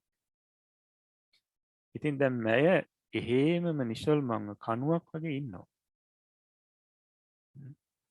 ඉතින් ඒ වෙලාවේදී මේ දරුවෝ උත්තරා ඊට පස්සේ පුනබ්බසු කියන මේ දරුවෝ දෙන්න දඟලනවා. ඇයි දැන් බඩගින්න ඉන්නේ? ආහාර හොයාගෙන ආවේ. ඉතින් කියනවා මේ අම්මේ මොකද මේ කණුවක් වගේ ඉන්නේ? අපිට බඩගිනි. අපිට මොනවා හරි දෙන්න. ඉතින් මේ විදිහට මේ දෙන්න කියන දඟලනවා. අපිට මේ බඩගින්නෙන් ඉන්නේ. මොනවා හරි අපිට හොයලා දෙන්න. එතන ඉන්න බෑ. ඇයි මෙහෙම මේ මෙතන කණුවක් වගේ ඉන්නේ කියලා ඉතින් මේ දෙන්න දඟලනවා. ඉතින් අන්න ඒ අවස්ථාවේදී මම කල්පනා කරනවා මේ ධර්ම දේශනාවට මේක බාධාවක් වෙන්න පුළුවන්. කරදරයක් වෙන්න පුළුවන්. ඒ නිසා ඉතින් මෙන්න මේ දෙන්න සනසවනවා. නිශ්ශබ්ද කරවන්න සනසවන්න මම ගාථා කීපයක් කියනවා. එතකොට ඒකයි අර ඒවං පුත්තකේ තෝසේති කියලා තිබුණේ. එතකොට අපි බලමු මේ මොනවද මේ පුනබ්බසු මාතාව කියන්නේ දරුවන්ට. මේකේ පළවෙනි ගාථාව බලන්න. තුන්හි උත්තරිකේ හෝහි තුන්හි හෝහි පුනබ්බසු යාවාහන් බුද්ධ සෙට්ටස්ස ධම්මං සොස්සාමි සත්තුනෝ. පැහැදිලි කරන්නේ උත්තරිකේ තුන්හි හෝහි මේ උත්තරාවෙනි නිහඬ වෙන්න. මේ කියන්නේ දුවට කියනවා නිහඬ වෙන්න. තුන්හි හෝහි පුනබ්බසු පුතේ පුනබ්බසු පුතේ නිහඬ වෙන්න. යාව අහං බුද්ධ සෙට්ටස්ස ධම්මං සොස්සාමි සත්තුනෝ. සත්තුනෝ මේ ශාස්ත්‍ර වූ බුද්ධ සෙට්ටස්ස ශ්‍රේෂ්ඨ බුදුරජාණන් වහන්සේගේ ධර්මය යාව අහං සොස්සාමි යම් කාලයක් මම අසන්නෙමිද ඒ තාක් කාලයක් දෙන්නම නිශ්ශබ්ද වෙන්න කියලා කියනවා. ඉතින් මම මේ බුදුරජාණන් වහන්සේගේ ධර්මයේ අසනතෙක් මේ දරුවෝ දෙන්නට නිශ්ශබ්ද වෙන්න කියන එකයි මේ ගාථාවෙන් කියන්නේ. මේ විදිහට කියමින් තමයි දරුවන් සනසවන්නේ. ඊට පස්සේ දෙවෙනි ගාථාව. නිබ්බානම් භගවා ආහ සබ්බ ගන්තහ ප්‍රමෝචනං අතිවේලාච මේ හෝති අස්මින් ධම්මේ පියායන. දරුවන්ට කියනවා නිබ්බානම් භගවා ආහ සබ්බ ගන්තහ ප්‍රමෝචනං සියලුම මේ කෙලෙස් ගැට එහෙම නැත්නම් කෙලෙස්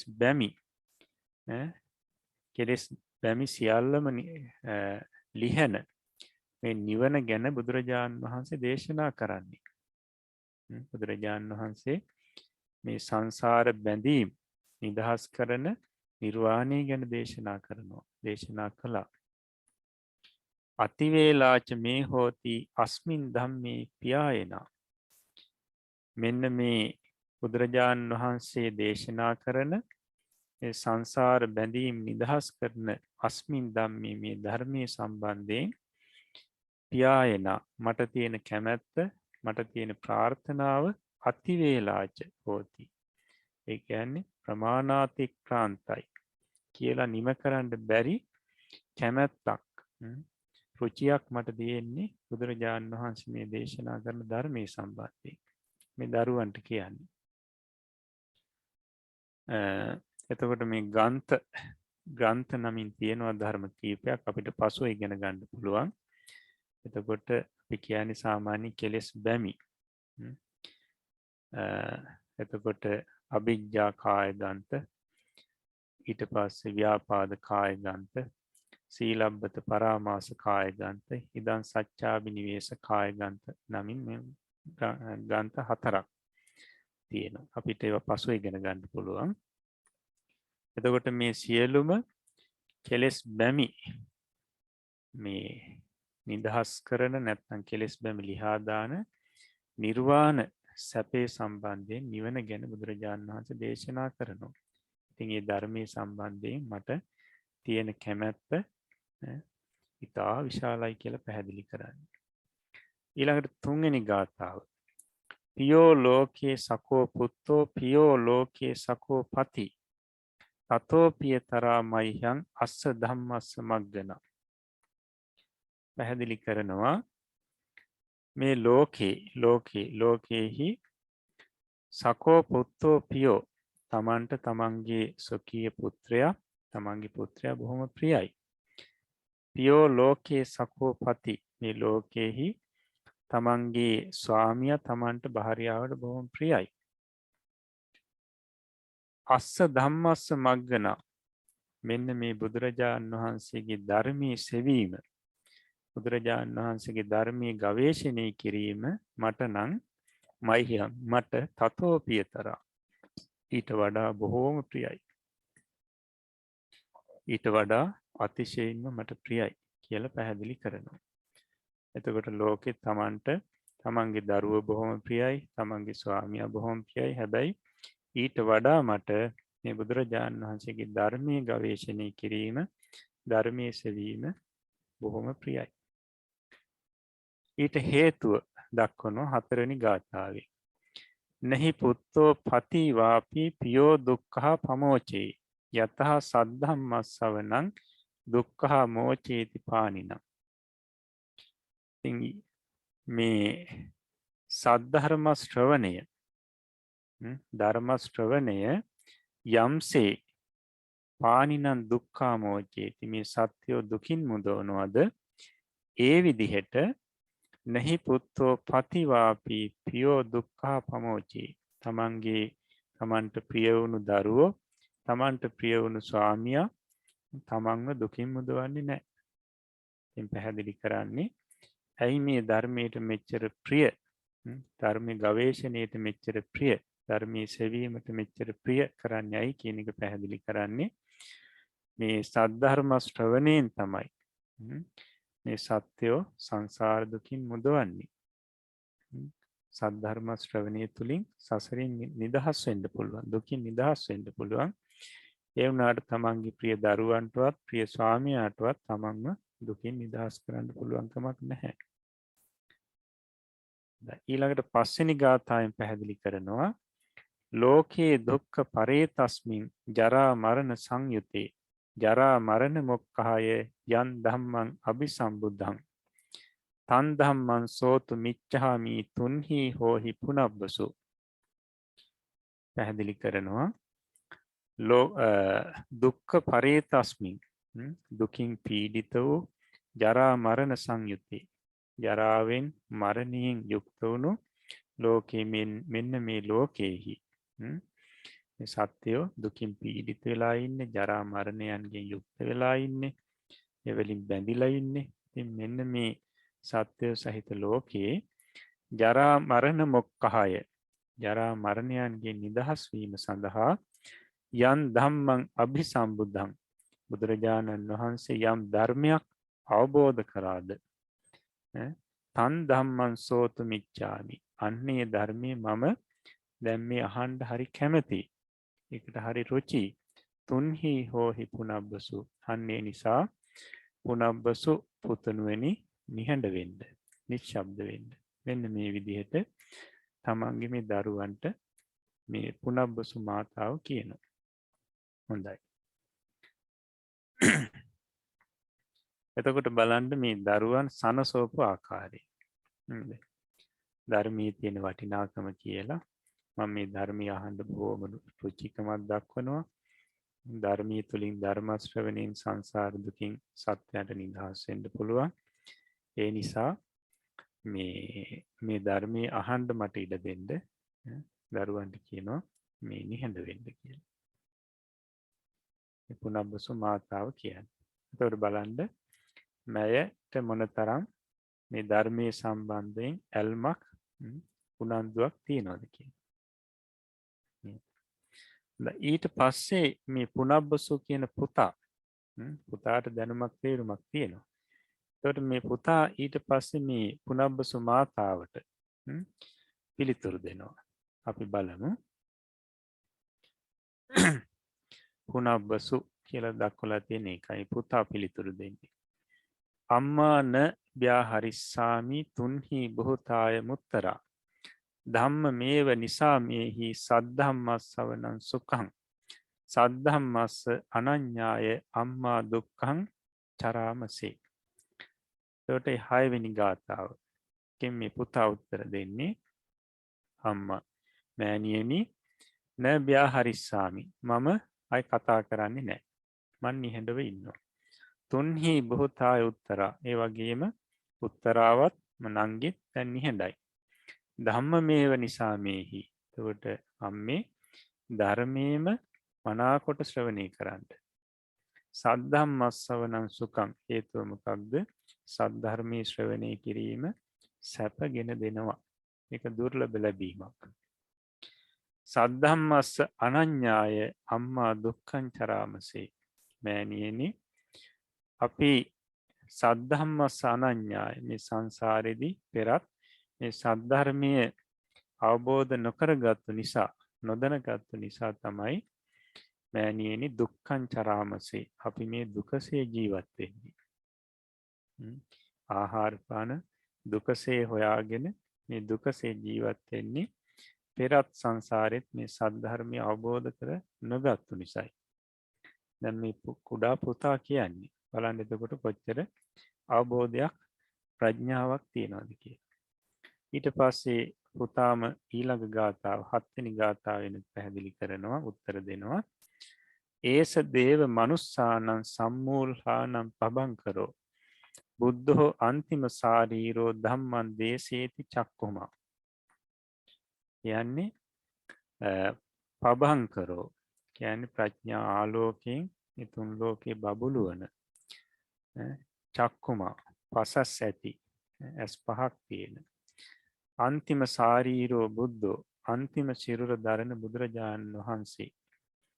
ඒස බුද්ධෝ ඒ බුදුරජාණන් වහන්සේ සම්මූල්හානන් දේව මනුස්සානං අතිශයින් මුලාවට පත්වන දේව මිනිසුන්ට ධම්මං දේශේති මේ ධර්මය දේශනා කරනවා. ඒ සත්‍යයන් සංසාර දුකින් නිදහස් කරන්නටම තමයි බුදුරජාණන් වහන්සේ ධර්මය දේශනා කරන්නේ. පබංකරෝ චක්කුමා අන්තිම සාරීරෝ මේ වචන මේ යොදලා තියෙන බුදුරජාණන් වහන්සේගේ ගුණ කියන්න. එතකොට බබලන පසස් ඇති අන්තිම ශරීර දරන ඒ බුදුරජාණන් වහන්සේ මෝහයෙන් අතිශයින් මුලා වුණු මේ දේව මිනිසුන්ට සංසාර දුකින් නිදහස් වෙන්නටම තමයි මේ ධර්මයේ දේශනා කරන්නේ කියලා පුතා කියනවා.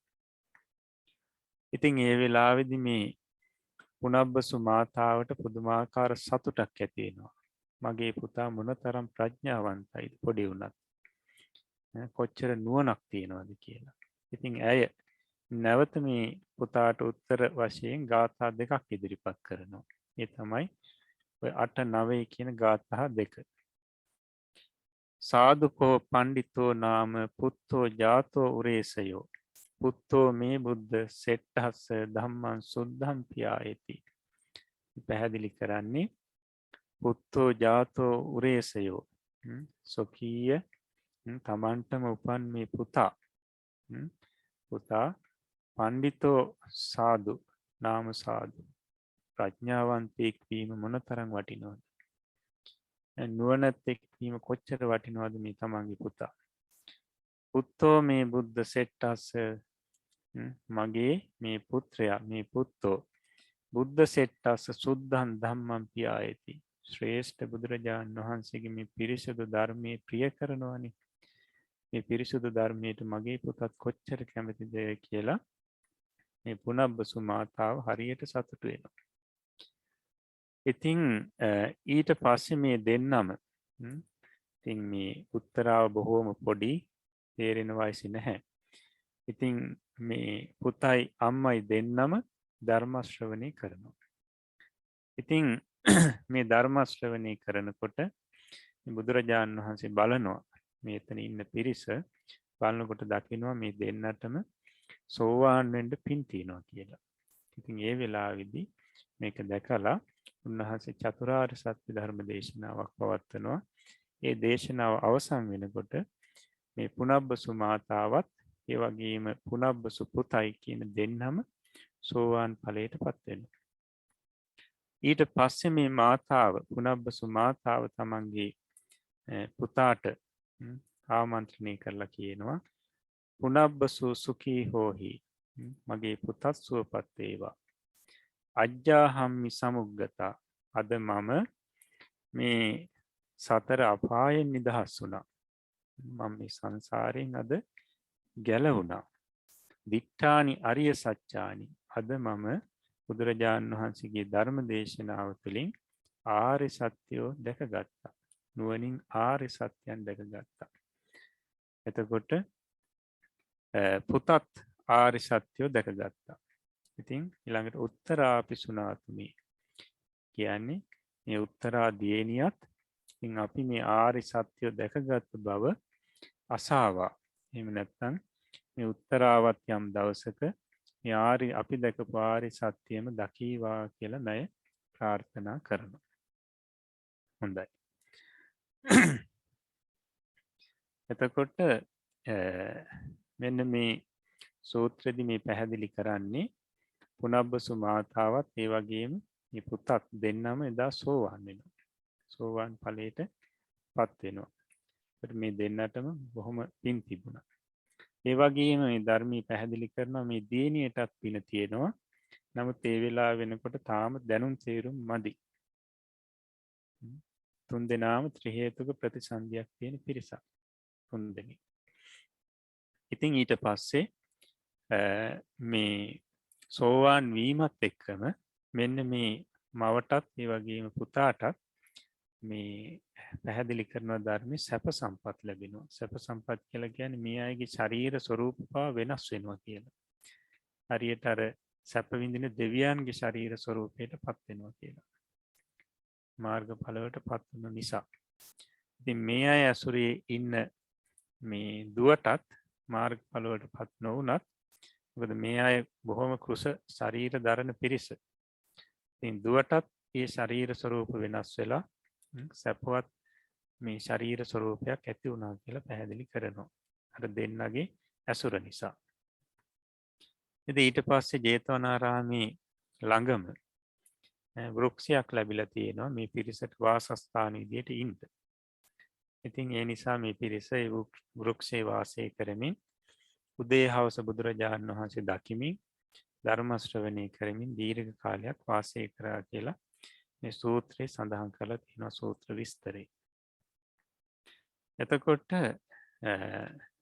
දැන් මෙන්න මේක පුනබ්බසු සූත්‍රේ සංයුත්ත නිකායේ සගතක වර්ගයේ යක්ෂ සංයුත්තේ තියෙන්නේ.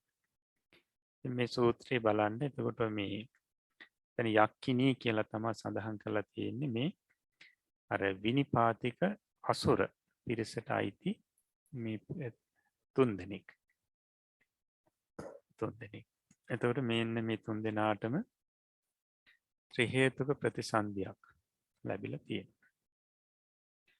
එතකොට මේ අය අතර සමහරු සුගති හේතුක ප්‍රතිසන්දි තියෙන, සමහරු දි හේතුක ප්‍රතිසන්දි තියෙන, සමහරු ත්‍රි හේතුක ප්‍රතිසන්දි තියෙන පිරිස ඉන්නවා කියන එක ධර්මයේ දක්වලා තියෙනවා, සඳහන් කරලා තියෙනවා. හොඳයි. එතකොට මේ අපිට ඉතින් මේ සූත්‍රයෙන් අපේ ජීවිතවලටත් ගන්න ලොකු දෙයක් තියෙනවා. මේ ධර්මයේ තියෙන වටිනාකම මේ පුනබ්බසු මාතාව පැහැදිලි කරපු ආකාරය නේද? එතකොට ඇයට මේ ධර්මයේ සම්බන්ධයෙන් තිබුණු ඡන්දේ ඉතින් මේ ප්‍රකාශ කරපු ගාථා ඒවල තියෙන අර්ථය බොහොම වටිනවා. ඒ නිසා බුදුරජාණන් වහන්සේගේ ධර්මයේම තමයි මේ සංසාර බැමි වලින් අපිව නිදහස් කරන්න අපිට උපකාර වෙන කිසිම දෙයක් නැහැ.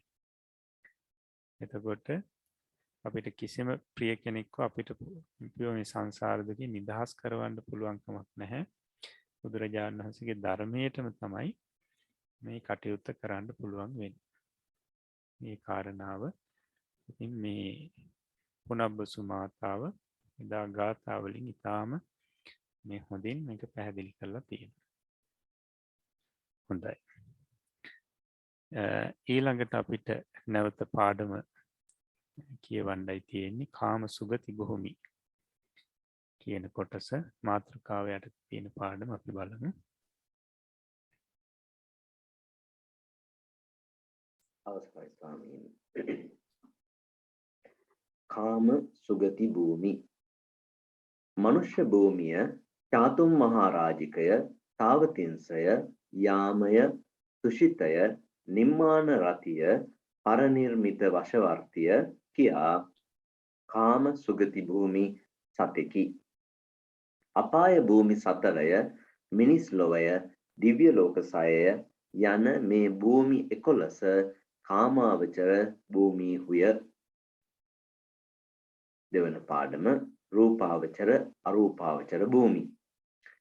බ්‍රහ්ම පාරිසජ්ජය බ්‍රහ්ම පුරෝහිතය මහා බ්‍රහ්මය කියා ප්‍රථම ධාන භූමි තුනකි.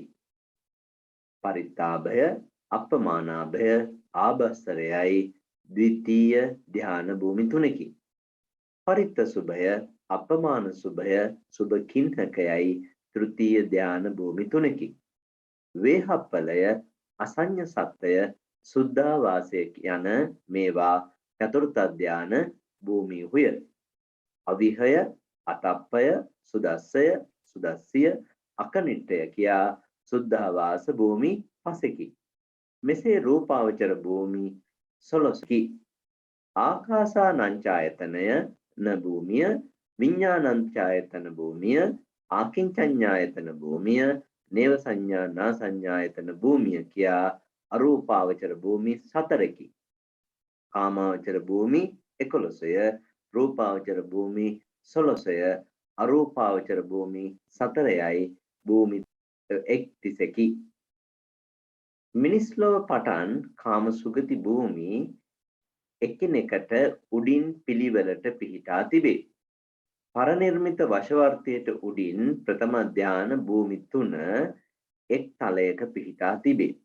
ඒවාට උඩින් ද්විතීය ධාන භූමි 3 එක් තලයකද ඒවාට උඩින් තෘතීය ධාන භූමි 3 එක් තලයකද ඒවාට උඩින් වේහප්පල අසඤ්ඤ සත්ව යන චතුර්ථ ධාන භූමි 2 එක් තලයකද පිහිටා ඇත්තේ.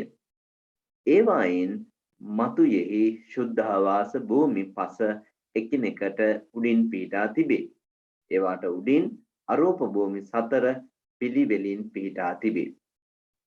භූමි එක් තිසෙන් අසඤ්ඤ භූමියෙහි ඇත්තේ රූපස්කන්ධය වූ එක් ස්කන්ධයක් පමණකි. එබැවින් එයට ඒක වෝකාර භූමියයි කියනු ලැබේ.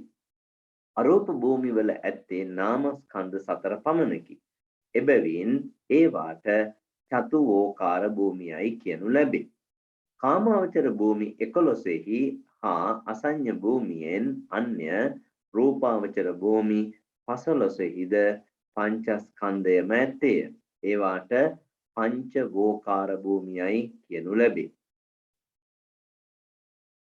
හොඳයි.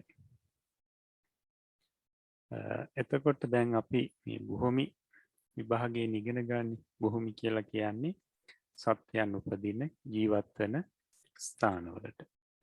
ඒකට අපි අපාය භූමි 4 ඉගෙන ගත්තා. ළඟට අපිට තියෙන්නේ කාම සුගති භූමි. මේ කාමාවචර සුගති භූමිය.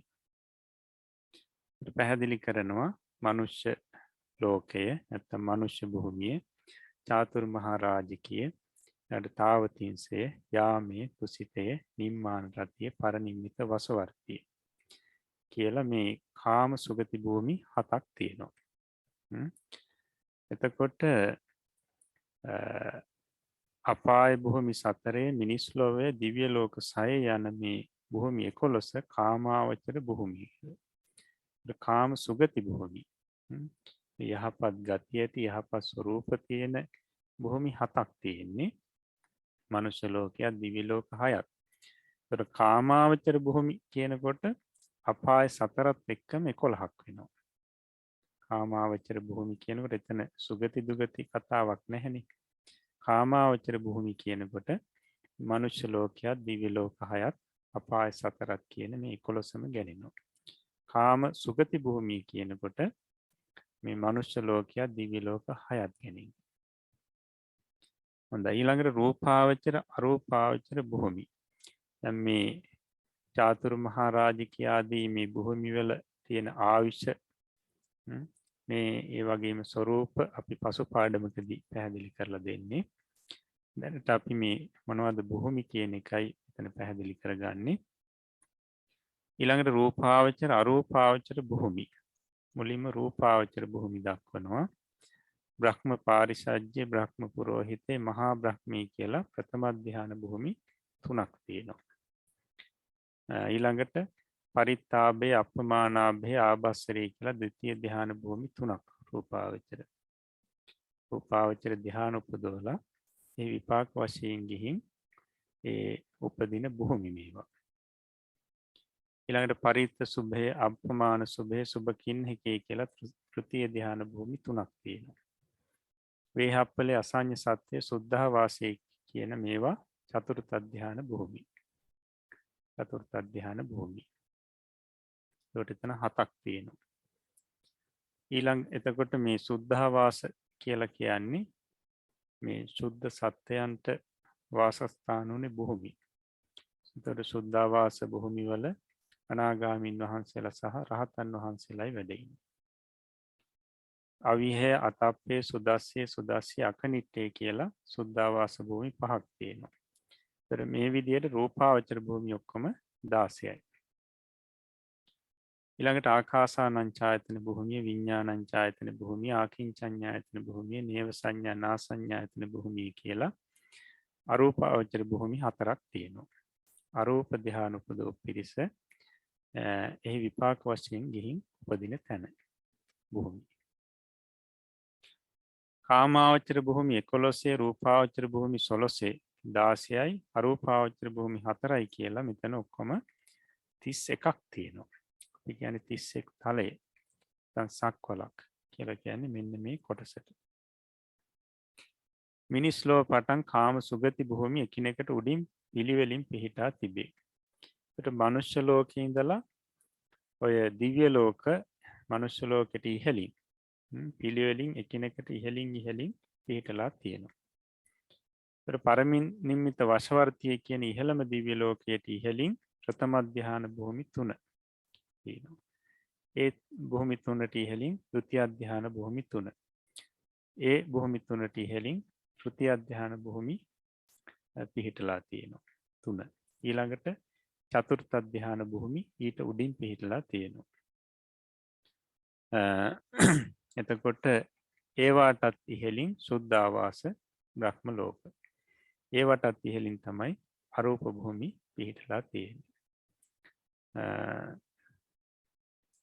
එතකොට මෙන්න මේ 31 භූමි අතර ඒකවෝකාර භූමි, චතුවෝකාර භූමි සහ පංචවෝකාර භූමි කියලා ඒ භූමි කොටස් 3කට බෙදලා දක්වනවා. පංචස්කන්ධයන් අතරින් එක් ස්කන්ධයක් පමණක් තියෙන සත්‍යයන් ඉන්න භූමියට කියනවා ඒකවෝකාර භූමිය කියලා. ඊට පස්සේ ස්කන්ධ 4ක් ඇති සත්‍යයන් ඉන්න භූමියට කියනවා චතුවෝකාර භූමිය කියලා. ස්කන්ධ 5ම තියෙන භූමි වලට නැත්නම් ඒ සත්‍යය ඉන්න භූමිය වලට කියනවා පංචවෝකාර භූමි කියලා. හොඳයි. එතකොට අපි මේ කාරණා රූප සටහන් ඔස්සේ පැහැදිලි කරගමු. මුලින්ම අපි මෙන්න මේ භූමි පිහිටලා තියෙන ආකාරය රූප සටහනක් ඔස්සේ අපි පැහැදිලි කරගන්න. එතකොට මේ පොළොව යට අපි මුලින් පැහැදිලි කරා මේ පොළොව යට අපි ඉන්න මේ පොළොව යට තමයි මේ නිරය පිහිටලා තියෙන්නේ කියලා එකින් එකට යටින්. එතකොට මේ පොළොව යට නිරයන් පිහිටලා තිබීම කියන එක මේ පහසුවෙන් තේරුම් ගන්න මෙන්න මෙහෙමයි තියෙන්නේ කියලා තේරුම් ගන්න තමයි අපි මේ රූප සටහනක් පෙන්නලා තියෙන්නේ. මේ තුලින් Tamanට යම් අදහසක් ගන්න පුළුවන් මේවා පිළිහිටලා තියෙන්නේ මෙන්න මේ ක්‍රමයෙන් කියලා. ඒතර බලන්න මුලින්ම මනුස්ස ලෝකයෙන් පහළ මුලින්ම පොළොව යට සංජීවයේ තියෙනවා. සංජීව නිරේ. ඊට පස්සේ ඊට යටින් කාල සූත්‍රය. ඊට පස්සේ ඊට යටින් සංඝාතේ.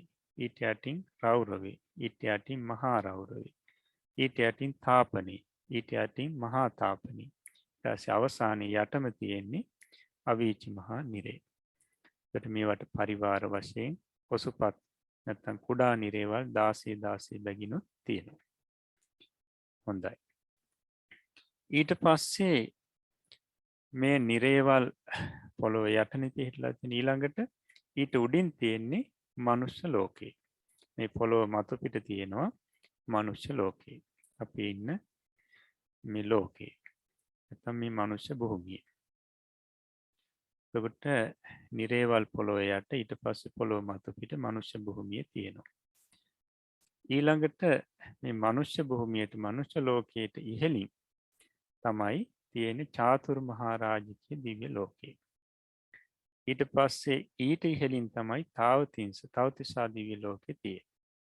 ඊට ඉහළින් තමයි යාම දිව්‍ය ලෝකේ තියෙන්නේ. ඊට ඉහළින් තමයි තුසිත දිව්‍ය ලෝකේ තියෙන්නේ. ඊට ඉහළින් තමයි නිම්මාන රති දිව්‍ය ලෝකේ තියෙන්නේ. ඊටත් ඉහළින් තමයි පරනිම්මිත වසවර්තී කියන දිව්‍ය ලෝකේ තියෙන්නේ. ඒත් බලන්න පිළිවෙලින් ඉහළින් ඉහළට තමයි මේ දිව්‍ය ලෝක වෙන් වශයෙන් තියෙන්නේ. එතකොට පරනිම්මිත වසවර්තියෙන් ඉහළ තමයි බ්‍රහ්ම ලෝක තියෙන්නේ. අපි බලමු එක. බලන්න. පරනිම්මිත වසවර්තියෙන් උඩ තියෙනවා ඔන්න බ්‍රහ්ම ලෝක. දැන් අර දිව්‍ය ලෝක ඊළඟට නිරේ හැම එකිනෙකට ඉහළින් තිබුණේ. එකක්. දැන් බලන්න බ්‍රහ්ම ලෝක වල බ්‍රහ්ම පාරිසජ්‍ය, බ්‍රහ්ම පුරෝහිතේ, මහා බ්‍රහ්මී කියන මේ තුන බ්‍රහ්ම ලෝක තුන තියෙන්නේ එකම තලයක. දුරින් එකම තලයක අර පරිනිම්මිත වසවර්ති දිව්‍ය ලෝකයට ඉහළින් තියෙන්නේ. එකම තලයක මේ බ්‍රහ්ම ලෝක තුන තියෙන්නේ. ඊළඟට පරිත්තාභේ, අප්‍රමාණාභේ, ආභස්සරේ කියන මේ බ්‍රහ්ම ලෝක තුන අර බ්‍රහ්ම පාරිසජ්‍ය ආදී බ්‍රහ්ම ලෝකවල තුනට ඉහළින් එකම තලයක තියෙනවා. ඊළඟට පරිත්ත සුභේ, අප්‍රමාණ සුභේ, සුභ කින්නකේ කියන බ්‍රහ්ම ලෝක තුන අර පරිත්තාභාදී බ්‍රහ්ම ලෝක තුනට ඉහළින් එක තලයක තියෙනවා. එකම මට්ටමක තියෙනවා. ඈතින් තියෙනවා. ඊළඟට වේහප්පලේ, අසඤ්ඤ සත්‍යය කියන මේ දෙක පරිත්ත සුභාදී බ්‍රහ්ම ලෝක තුනට ඉහළින් එකම තලයක මේ දෙක තියෙනවා. මෙන්න මේ ක්‍රමයට තමයි මේ බ්‍රහ්ම ලෝක පිහිටලා තියෙන්නේ. ඊළඟට අපි බලමු මීට ඉහළින් තමයි මේ සුද්ධාවාස බ්‍රහ්ම ලෝක පිහිටලා තියෙන්නේ. ඒකට අවසානට තිබුණේ මේ වේහප්පලේ සහ අසඤ්ඤ සත්‍යය කියන බ්‍රහ්ම ලෝකය දෙක එකම තලයක තිබුණේ. ඊට ඉහළින් තමයි සුද්ධාවාස බ්‍රහ්ම ලෝක පහ එකිනෙකට උඩින් පිහිටලා තියෙන්නේ. බලන්න මුලින්ම තියෙනවා අවිහේ, ඊළඟට අතප්පය, ඊළඟට සුදස්සය, ඊළඟට සුදස්සිය, ඊට පස්සේ අකනිට්ඨේ. ඒ සුද්ධාවාස බ්‍රහ්ම ලෝක වලටත් ඉහළින් තමයි අරූපාවචර බ්‍රහ්ම ලෝක පිහිටලා තියෙන්නේ. භූමි තියෙන්නේ. බලන්න ඒවත් පිළිවෙලින් එකිනෙකට ඉහළින් තියෙන්නේ. ආකාසානංචායතනේ, විඤ්ඤාණංචායතනේ, ආකින්චඤ්ඤායතනේ, නේව සංඥා නාසඤ්ඤායතනේ. එතකොට ඉහළම තියෙන්නේ නේව සංඥා නාසඤ්ඤායතනේ. නේව සංඥා නාසඤ්ඤායතනේ. එතකොට අපි සමහරලාවට අහලා තියෙන භවාග්‍රේ, අවීචිය පටන් භවාග්‍රේ දක්වා කියලා කියනවා. අවීචිය යටම භවාග්‍රේ කියලා කියන්නේ ඉහළම මේ නේව සංඥා නාසඤ්ඤායතනේ දක්වා. හොඳයි. මෙන්න මේ ක්‍රමයට තමයි මේ භූමි පිහිටලා තියෙන්නේ. එතකොට අපි මේ නිරය එකිනෙකට යටින් පෙන්නලා තියෙනවා භූමි වශයෙන්. නමුත් ඔය තිරිසන් යෝනිය, ඊළඟට പ്രേත විෂය, අසුර නිකාය කියන මේ අර අපාය හතරේ අපාය භූමි හතරේ තුනක් අපි දක්වලා නැහැ මෙතන. ඊට හේතුව තමයි ඒ නිරිසතුන්ට නැත්නම් මේ තිරිසන් සතුන්ට කියන්නේ තිරිසන් යෝනියේ ඉන්න සතුන්ට ඊළඟට പ്രേත විශේෂත්වයන්ට එහෙමත් ඊට පස්සේ අසුර නිකාය සත්වයන්ට ජීවත් වෙන්න වෙන්වුණු වෙනම භූමියක් නැහැ. වෙනම වාසස්ථානයක් වෙන්වුණු අනිත් සත්වයන්ගෙන් වෙන්වුණු වෙනම භූමියක් මේ පිරිසට නැහැ කියලා පැහැදිලි කරා කලින්. ඒ නිසා තමයි අපි මේ අපාය තුන භූමි වශයෙන් මෙතන මේ පිළිහිටලා තියෙන ආකාර දැක්වීමේදී දක්වලා නැති. හොඳයි. එතකොට පිරිසට පැහැදිලි යම් අවබෝධයක් ලැබෙන්න ඇති මේ භූමි පිළිහිටලා තියෙන්නේ කොයි ආකාරයකටද කියලා. මේ අටම තිබුණා මේ නිරය ඊළඟට ඊට උඩින් මනුෂ්‍ය ලෝකේ ඊටත් ඉහළින් පිළිවෙලින් දිව්‍ය ලෝක ඊට පස්සේ බ්‍රහ්ම ලෝක රූපාවචර බ්‍රහ්ම ලෝක තිබුණා. සමහර බ්‍රහ්ම ලෝක තුනක් එකම තලයක දෙකක් එකම තලයක ඊට පස්සේ සුද්ධාවාස පිළිවෙලින් ඉහළට ඊළඟට අරූප බ්‍රහ්ම ලෝක අරූප භූමි. හොඳයි. එතකොට අපි බලමු මෙන්න මේ භූමි කොටස් හතරකින් බෙදලා මේ පොතේ මුලින්ම දක්වන්නේ. ඒකත් අපි රූප සටහනක් ඔස්සේම බලමු. බලන්න මුලින්ම මේක මේ භූමි දක්වන්න පුළුවන් අපාය භූමිය කියලා. අපාය භූමියට අයිති වෙන්නේ සතර අපාය. තිරිසන් යෝනිය, പ്രേත විෂය, අසුර නිකාය, නරකේ. එතකොට නරකේ නිරේ ඉස්සරහින් අපි මේ භූමිය දක්වලා තියෙනවා. නමුත් ඉතුරු අර රත් පැහැයෙන් දක්වලා තියෙන රූපයක්. නමුත් අනිත් අපායන් ඉස්සරහින් එහෙම දක්වලා නැහැ. ඊට හේතුව තමයි ඒ සත්‍යයන්ට වෙනම භූමියක් වෙන්නෝ භූමියක් නැති නිසා. එතකොට මෙන්න මේ නිරය නරකය කියන එක අපි එකක් කරලා දක්වලා තියෙනවා. මොකද අර අටමහා නිරයෙන් මෙතෙන්ට අරගෙන නැහැ. නිරය කියනකොට පොදුවේ අටමහා නිරයෙන් මෙතන නරකයේ හැටියට අරගෙන තියෙනවා. එතකොට මෙන්න මේ භූමි නැත්තම් මේ සතර අපායට කියනවා අපාය භූමිය කියලා. ඊළඟට මනුෂ්‍ය ලෝකයක් දිව්‍ය ලෝක 6ක් කාම සුගති භූමිය කියලා වෙන් කරනවා. ඊළඟට බලන්න රූපාවචර බ්‍රහ්ම ලෝක. නැත්නම් අපි මෙතන ගත්තොත් බ්‍රහ්ම පාරිසජ්ජේ පටන් අසඤ්ඤ සත්‍යය දක්වා. ඒ බ්‍රහ්ම ලෝකත් ඊළඟට සුද්ධාවාස. සුද්ධාවාස බ්‍රහ්ම ලෝක අවිහ අතප්ප සුදාස සුදාසි අකනිට්ඨේ කියන මෙන්න මේ මෙතන තියෙන බ්‍රහ්ම ලෝක 16ක්. මේ 16ට කියනවා රූපාවචර භූමිය කියලා. ඊළඟට ඉහළම තියෙන ආකාසානංචායතනෙ පටන් නේව සංඥා නා සංඥායතනෙ දක්වා භූමි ඒවට කියනවා අරූපාවචර භූමිය කියලා. හොඳයි.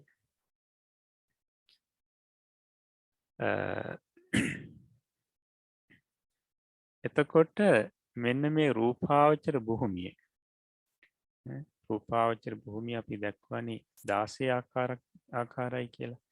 මෙන්න මේ රූපාවචර භූමිය ධ්‍යාන වශයෙන් බෙදලා වෙන් කරලා දක්වනවා තවත් කොටස් වලට. අපි ඒකත් බලමු. පොතේත් ඒක පැහැදිලි කරා. රූපාවචර භූමිය. බ්‍රහ්ම පාරිසජ්ජේ බ්‍රහ්ම පුරෝහිත ආදී විදිහට තියෙන බලමු මෙතන.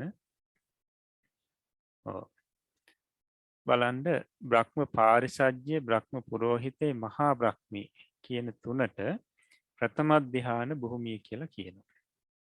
ඊළඟට පරිත්තාභේ අප්‍රමාණාභේ ආභස්සරේ කියන මේ බ්‍රහ්ම ලෝක තුනට නැත්නම් මේ භූමි තුනට කියනවා ද්විතීය ධ්‍යාන භූමි කියලා. ඊළඟට පරිත්ත සුභේ අප්‍රමාණ සුභේ සුභ කින්හකේ කියන මේ භූමි තුනට කියනවා තෘතීය ධ්‍යාන භූමි කියලා. ඊළඟට වේහප්පලේ අසඤ්ඤ සත්‍යය අවිහේ අතප්පේ සුදස්සේ සුදස්සිය අකනිටා කියන මේ පංච සුද්ධාවාසයන්ටත් චතුර්ථ ධ්‍යාන භූමිය කියලා කියනවා. එතකොට ප්‍රථම ධ්‍යාන භූමිය කියලා කියන්න හේතුව තමයි ප්‍රථම ධ්‍යානෙ රූපාවචර ප්‍රථම ධ්‍යානෙ උපදවාගත් පිරිස මෙන්න මේ බ්‍රහ්ම ලෝක තුනෙන් නැත්නම් මේ භූමි තුනෙන් තැනක තමයි උපදින්නේ. ඊළඟට ද්විතීය ධ්‍යාන භූමිය. ඊළඟට තෘතීය ධ්‍යාන, චතුර්ථ ධ්‍යාන භූමි කියලා හතරයිනේ තියෙන්නේ. නමුත් අපි ඉගෙන ගත්තා ධ්‍යාන පහක් පංචම ධ්‍යානෙ දක්වා. එතකොට පංචම ධ්‍යාන භූමියක් නැහැනේ කියලා අපිට හිතෙන්න පුළුවන්. එතකොට මෙන්න මෙතනදී පරිත්තාභය, අප්‍රමාණාභය, ආභස්සරේ කියලා ද්විතීය ධ්‍යාන භූමි කියලා දක්වලා තියෙනවානේ. එතන මේ භූමි තුන. එතකොට මෙන්න මේ භූමි තුනේ උපදින්නේ අපි ඉගෙන ගත්ත ඔය ධ්‍යාන පංචක ක්‍රමයේදී දෙවෙනි ධ්‍යානියත් තුන්වෙනි ධ්‍යානියත් උපදවපු පිරිස. දෙවෙනි ධ්‍යානය සහ තුන්වෙනි ධ්‍යානය උපදවපු පිරිස පරිත්තාභය, අප්‍රමාණාභය, ආභස්සරේ කියන මේ ද්විතීය ධ්‍යාන භූමි වල තමයි උපදින්නේ. ඊට පස්සේ තෘතීය ධ්‍යාන භූමි පරිත්ත සුභේ, අප්‍රමාණ සුභේ, සුභ කින්හකේ මේ තුනට කියන තෘතීය ධ්‍යාන භූමි කියලා. එතකොට අපි කතා කරපු ධ්‍යාන පහේ ක්‍රමයේදී හතරවෙනි ධ්‍යානෙ උපදවපු පිරිස තමයි මෙන්න මේ පරිත්ත සුභය, අප්‍රමාණ සුභේ, සුභ කින්හකේ කියන තෘතීය ධ්‍යාන භූමිය වල උපදින්නේ. ඊළඟට පංචම ධ්‍යානෙ අපි ධ්‍යාන පහක් ඉගෙන ගත්තා. අන්නේ ධ්‍යාන පහේ පංචම ධ්‍යාන නැත්නම් පස්වෙනි ධ්‍යානෙ උපදවපු පිරිස තමයි වේහප්පලේ අසඤ්ඤ සත්‍යයේ සුදුසු පරිදි උපදිනවා. ඒ වගේම පංචම ධ්‍යානෙ උපදවපු අනාගාමින් වහන්සේලා මෙන්න මේ සුද්ධාවාස බ්‍රහ්ම ලෝකවල උපදිනවා. එතකොට ඒ නිසා මේ වේහප්පලේ අසඤ්ඤ සත්‍යයේ සුද්ධාවාස කියන මේ හතට චතුර්ථ ධ්‍යාන භූමි කියලායි පැහැදිලි කරන්නේ. හොඳයි.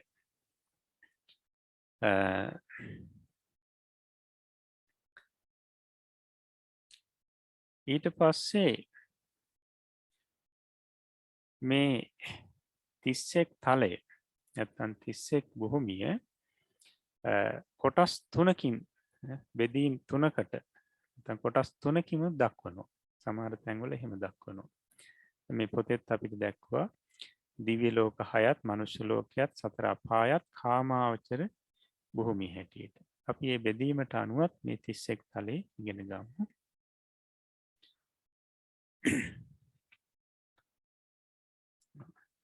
එතකොට දැන් 31 භූමිය කියනකොට අපිට මේ සතර අපාය, ඊට පස්සේ දිව්‍ය ලෝක, මනුෂ්‍ය ලෝක, බ්‍රහ්ම ලෝක, රූපාවචර, අරූපාවචර, බ්‍රහ්ම ලෝක මේ ටික එකතු කරනකොට තමයි 31ක් එන්නේ.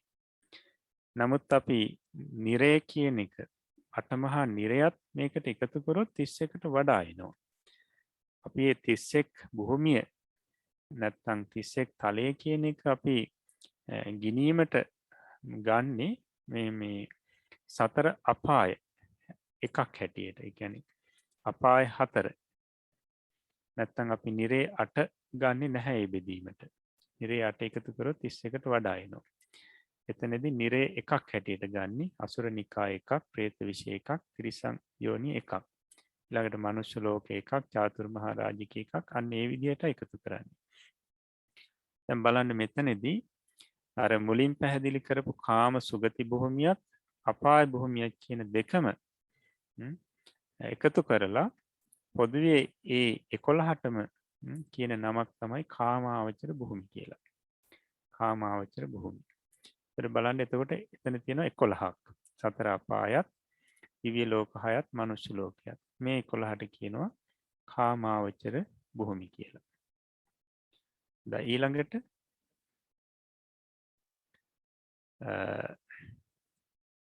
රූපාවචර භූමි. ඒතර බ්‍රහ්ම පාරිසජ්ජේ පටන් අසඤ්ඤ සත්‍යය දක්වාත් ඊළඟට මේ සුද්ධාවාස බ්‍රහ්ම ලෝක 5ත් කියන මෙන්න මේ 16ට කියනවා රූපාවචර භූමි කියලා. ඊළඟට අරූපාවචර බ්‍රහ්ම ලෝක 4ට නැත්නම් මේ භූමි 4ට කියනවා අරූපාවචර භූමි කියලා.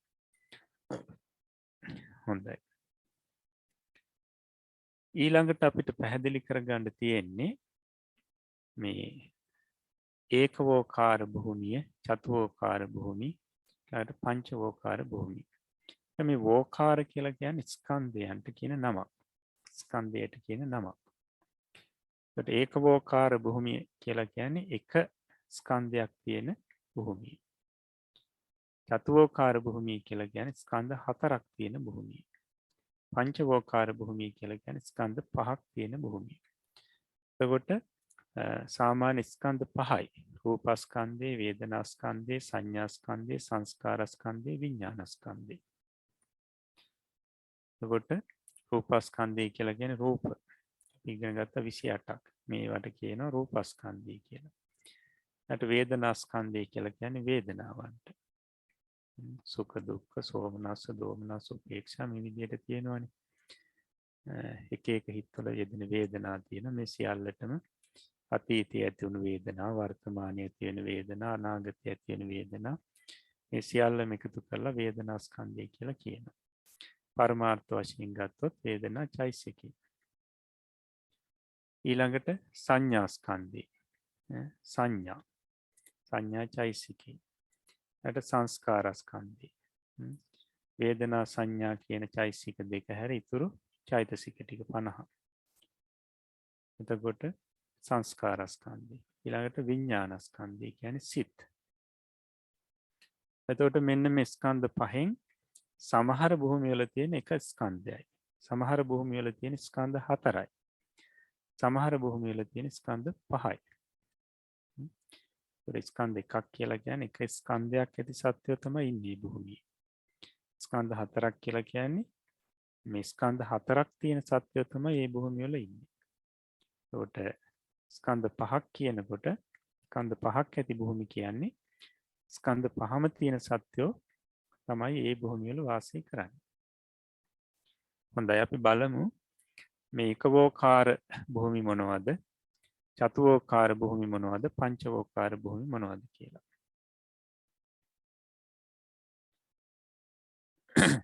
බලන්න මෙතන තියෙනවා අපාය 4ත් ඊට පස්සේ මනුෂ්‍ය ලෝකයක් දිව්‍ය ලෝක 6ක්. මෙන්න මේ 11ම මේ භූමි 11ම පංචවෝකාර භූමි. පංචවෝකාර භූමිය කියන්නේ ස්කන්ධ පහක් තියෙනවා. මේ භූමිය වල ඉන්න සත්‍යයන්ට රූපස්කන්ධයක් තියෙනවා, වේදනාස්කන්ධයක් තියෙනවා, සංඥාස්කන්ධයක් තියෙනවා, සංස්කාරස්කන්ධයක් තියෙනවා, විඥානස්කන්ධයක් තියෙනවා. තාම අපි මේ ස්කන්ධ ගැන ඉගෙන ගත්තේ නැහැ. ඉදිරියේදී තමයි ඉදිරි පාඩමකදී තමයි අපිට ඉගෙන ගන්න තියෙන්නේ. දැනට කෙටියෙන් දැනගන්න එක.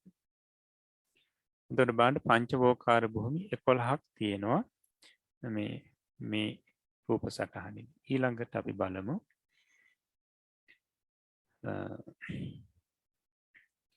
චතුවෝකාර භූමි. එතකොට චතුවෝකාර භූමි කියන්නේ ස්කන්ධ හතරක් තියෙන භූමි.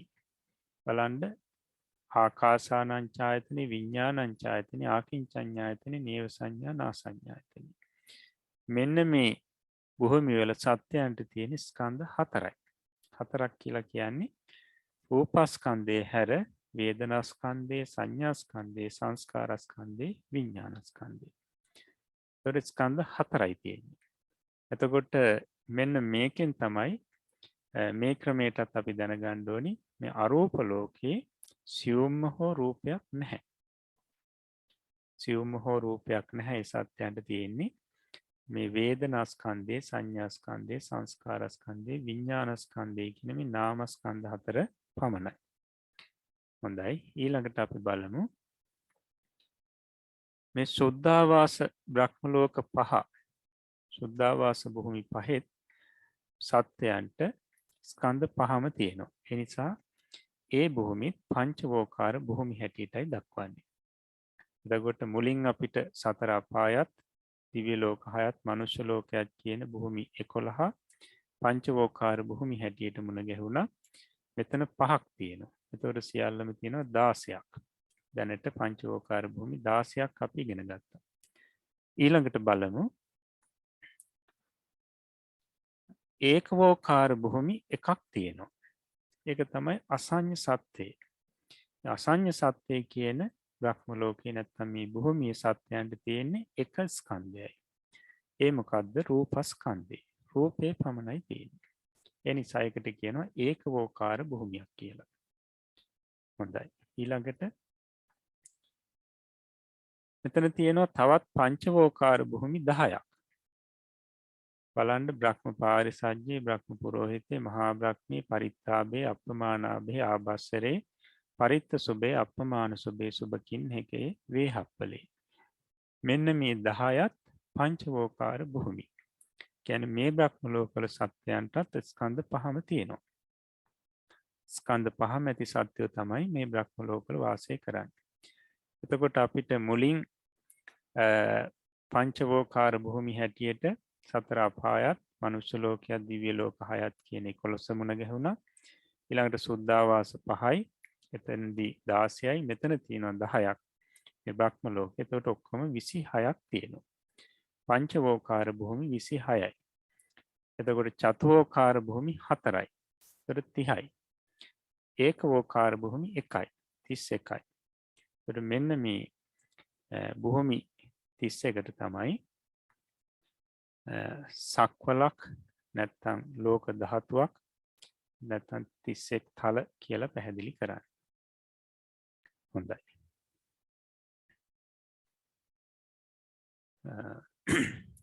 හොඳයි. එහෙමනම් අපිට ඊළඟට තියෙන්නේ ඒ භූමි වල ඉන්න පුද්ගලයෝ කවුද කියන එක පැහැදිලි කරගන්න.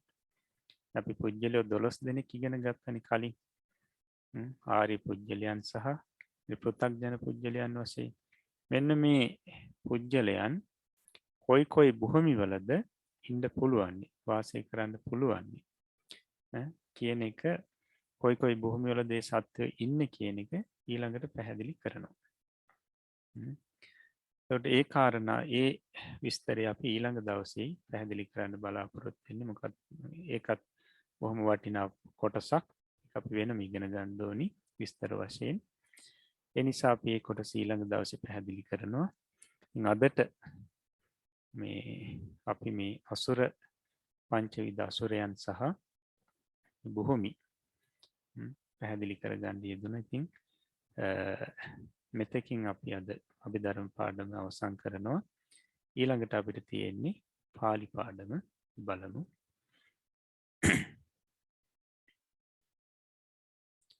පාලි පාඩම එදා අපි දුන්නා වර්ණගණ්ඩ ශබ්ද කිහිපයක්. භූමි ශබ්දයේ විදිහට වර්ණගණ්ඩ ශබ්ද කිහිපයක්. පළවෙනි එක තමයි පත්ති. පාබල සෙනගට කියන්නේ පත්ති කියලා පාලියෙන් බලමු. පත්ති පත්ති පත්තියෝ පත්තින් පත්ති පත්තියෝ පත්තියා පත්තිබි පත්තිහි පත්තියා පත්තිනං පත්තියා පත්තිබි පත්තිහි. ඊළඟට පත්තියා පත්තිනම් පත්තියම් පත්තියා පත්තිසු පත්තියා පත්තිබි පත්තිහි පත්ති පත්ති පත්තියෝ. ඊළඟට රන්සි රශ්මිය. රන්සි රන්සී රන්සියෝ රන්සින් රන්සී රන්සියෝ රන්සියා රන්සීබි රන්සීහි රන්සියා රන්සීනන් රන්සියා රන්සීබි රන්සීහි. රන්සියා රන්සීනන් රන්සියන් රන්සියා රන්සීසු රන්සියා රන්සීබි රන්සීහි රන්සි රන්සී රන්සියෝ. දුහුලි දූලි, එහෙම නැත්නම් අපි දූවිලි කියන්නේ. දුහුලි දුහුලි දුහුලියෝ දුහුලින් දුහුලි දුහුලියෝ දුහුලියා දුහුලීබි දුහුලීහි දුහුලියා දුහුලීනං දුහුලියා දුහුලීබි දුහුලීහි දුහුලියා දුහුලීනං දුහුලියන් දුහුලියා දුහුලීසු දුහුලියා දුහුලීබි දුහුලීහි දුහුලි දුහුලි දුහුලියෝ. බුද්ධි අභිවෘද්ධිය. බුද්ධි බුද්ධි බුද්ධියෝ බුද්ධින් බුද්ධි බුද්ධියෝ බුද්ධියා බුද්ධිබි බුද්ධිහි බුද්ධියා බුද්ධිනං බුද්ධියා බුද්ධිබි බුද්ධිහි බුද්ධියා බුද්ධිනං බුද්ධියං බුද්ධියා බුද්ධිසු බුද්ධියා බුද්ධිබි බුද්ධිහි බුද්ධි බුද්ධි බුද්ධියෝ. දුන්දුභි බෙරය. දුන්දුභි දුන්දුභිහි දුන්දුභියෝ දුන්දුභින් දුන්දුභිහි දුන්දුභියෝ දුන්දුභියා දුන්දුභිහි දුන්දුභිබි දුන්දුභිහි දුන්දුභියා දුන්දුභිනං දුන්දුභියා දුන්දුභිබි දුන්දුභිහි දුන්දුබිහා දුන්දුබීනං දුන්දුබියං දුන්දුබිහා දුන්දුබිහිසු දුන්දුබියා දුන්දුබිහි බිහි දුන්දුබීහි දුන්දුබිහි දුන්දුබිහි දුන්දුබියෝ අංගුලි ඇඟිල්ල අංගුලි අංගුලි අංගුලියෝ අංගුලින් අංගුලි අංගුලියෝ අංගුලියා අංගුලීබි අංගුලීහි අංගුලියා අංගුලීනං අංගුලියා අංගුලීබි අංගුලීහි අංගුලියා අංගුලීනං අංගුලියං අංගුලියා අංගුලීසු අංගුලියා අංගුලීබි අංගුලීහි අංගුලි අංගුලී අංගුලියෝ යුවති යුවතිය युवती युवती युवतियों युवतिं युवती युवतियों युवतिया युवतीभि युवतीः युवतिया युवतीनां युवतिया युवतीभि युवतीः ඊළඟට युवतिया युवतीनां युवतियं युवतिया युवतीसु युवतिया युवतीभि युवतीः युवति युवती युवतियों එදා අපි දුන්න ඊකාරාන්ත ස්ත්‍රීලිංගික කුමාරී ශබ්දය. ඒක නැවතත් දක්වලා තියෙනවා. එතකොට තමන්ට බලන්න පුළුවන්. පඨමා සිට පංචමී ඊට පස්සේ චට්ටිය සිට ආලපනය දක්වා තියෙනවා. ඊළඟට තියෙනවා මෙන්න මේ කුමාරි ශබ්දයේ විදිහට වර්ණම් වන්න ශබ්ද කීපයක්.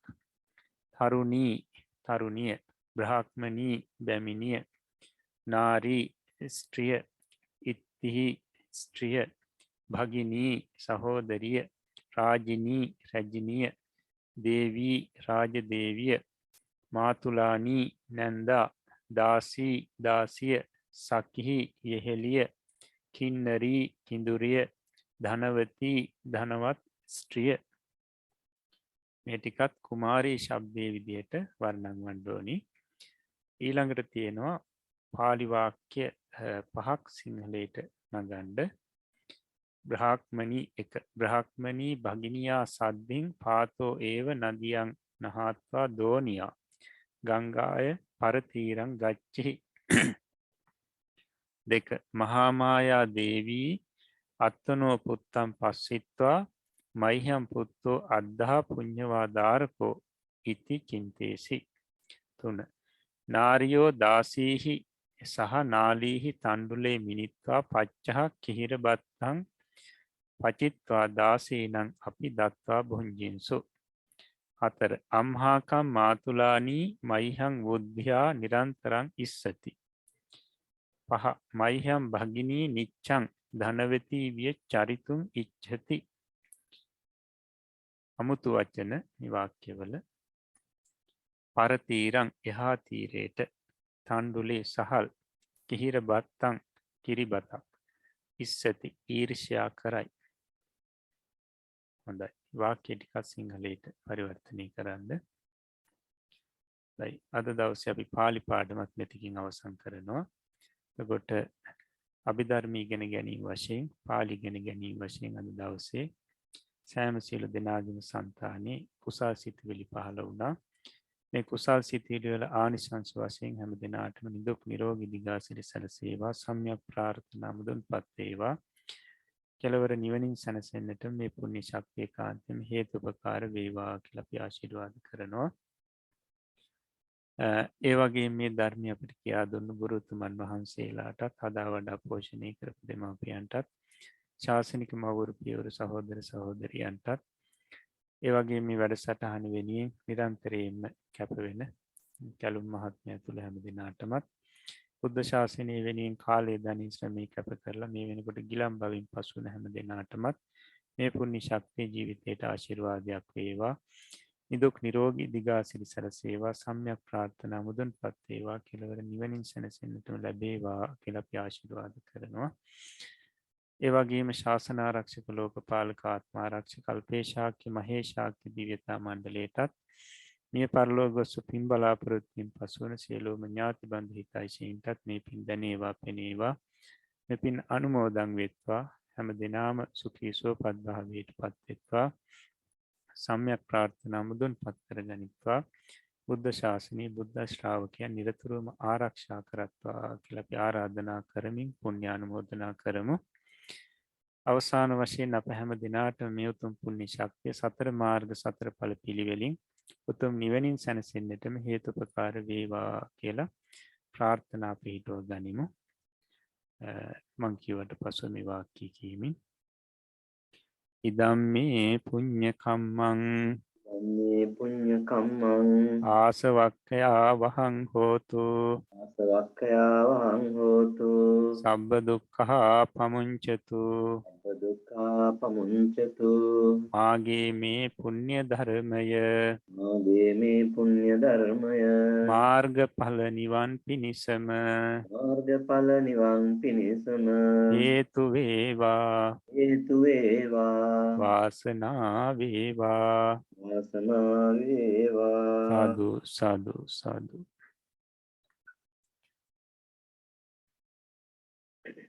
තුන්ලොවක් සනසා වදාළ ශාන්තිනායක අමාමෑණී සම්්‍යක් සම්මා සම්බුදු දස බලධාරී සර්වඥ රාජෝත්තමයන් වහන්සේගේ මේ මහා කාරුණික සම්මා සම්බුද්ධ ශාසනය පීඨාධාර කර ගනිමින් ගෝර කටුක සංසාරයෙන් නිතර වීමට වෙරවරන්නා වූ සත්පුරුෂ දනන්හට උතුම් ශ්‍රී සද්ධර්මය ඉන් ජීවිත සුවපත් කර ගැනීම උදෙසා සුවසේම සද්ධර්මය සිත් සතන් සනසා ගැනීමට සදහම් ගඟුල ගලා යවන්නා වූ වැඩසටහනයි පෞරාණික ථේරවාදය ත්‍රිපිටක අධින වැඩසටහන. මේ වන විට වැඩසටහන් 66ක් ඔස්සේ මේ අභිධර්ම පිටකයෙන් ආරම්භ කර ගනිමින් පාඩම් ගණනාවක් අවසන් කර තියෙන අපි අද දවසේදී බලාපොරොත්තු වෙනවා මේ දක්වා සාකච්ඡා කරන්නට යෙදුණු භූමි චතුස්කයට අයත් පාඩමේ මේ තාක් සාකච්ඡා කළ කොටස මෙතනින් නිමා කරන්නට. මින් අනතුරුව සුපුරුදු පරිදිම සජීවී වැඩසටහනට සම්බන්ධ වෙන සියලු දෙනාට ධර්ම සාකච්ඡාමය වැඩසටහනට යොමු වෙන්නට පුළුවන් ඔබට තිබෙන ප්‍රශ්න ගෞරවනීය ස්වාමින් වහන්සේගෙන් විසඳා ගන්නට.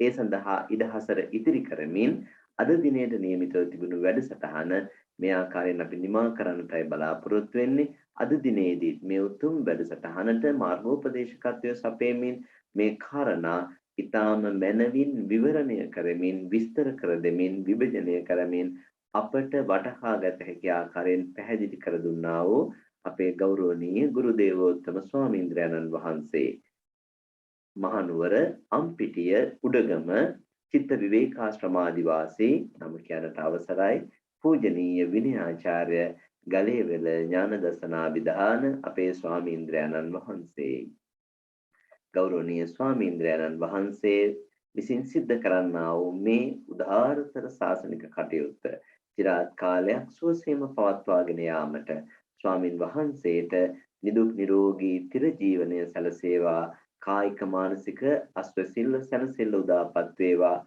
ස්වාමින් වහන්සේගේ ධර්මානුධර්ම ප්‍රතිපදාව සුවසේම දියුණු පමුණු කර ගනිමින් ගුණ පුරා ගන්නට අවැසි පරිසරයක් උදාපත් වේවායි ප්‍රාර්ථනා කරමින් අපි ස්වාමින් වහන්සේට පුණ්‍යානුමෝදනා කරමින් වැඩසටහන අවසන් කරමු.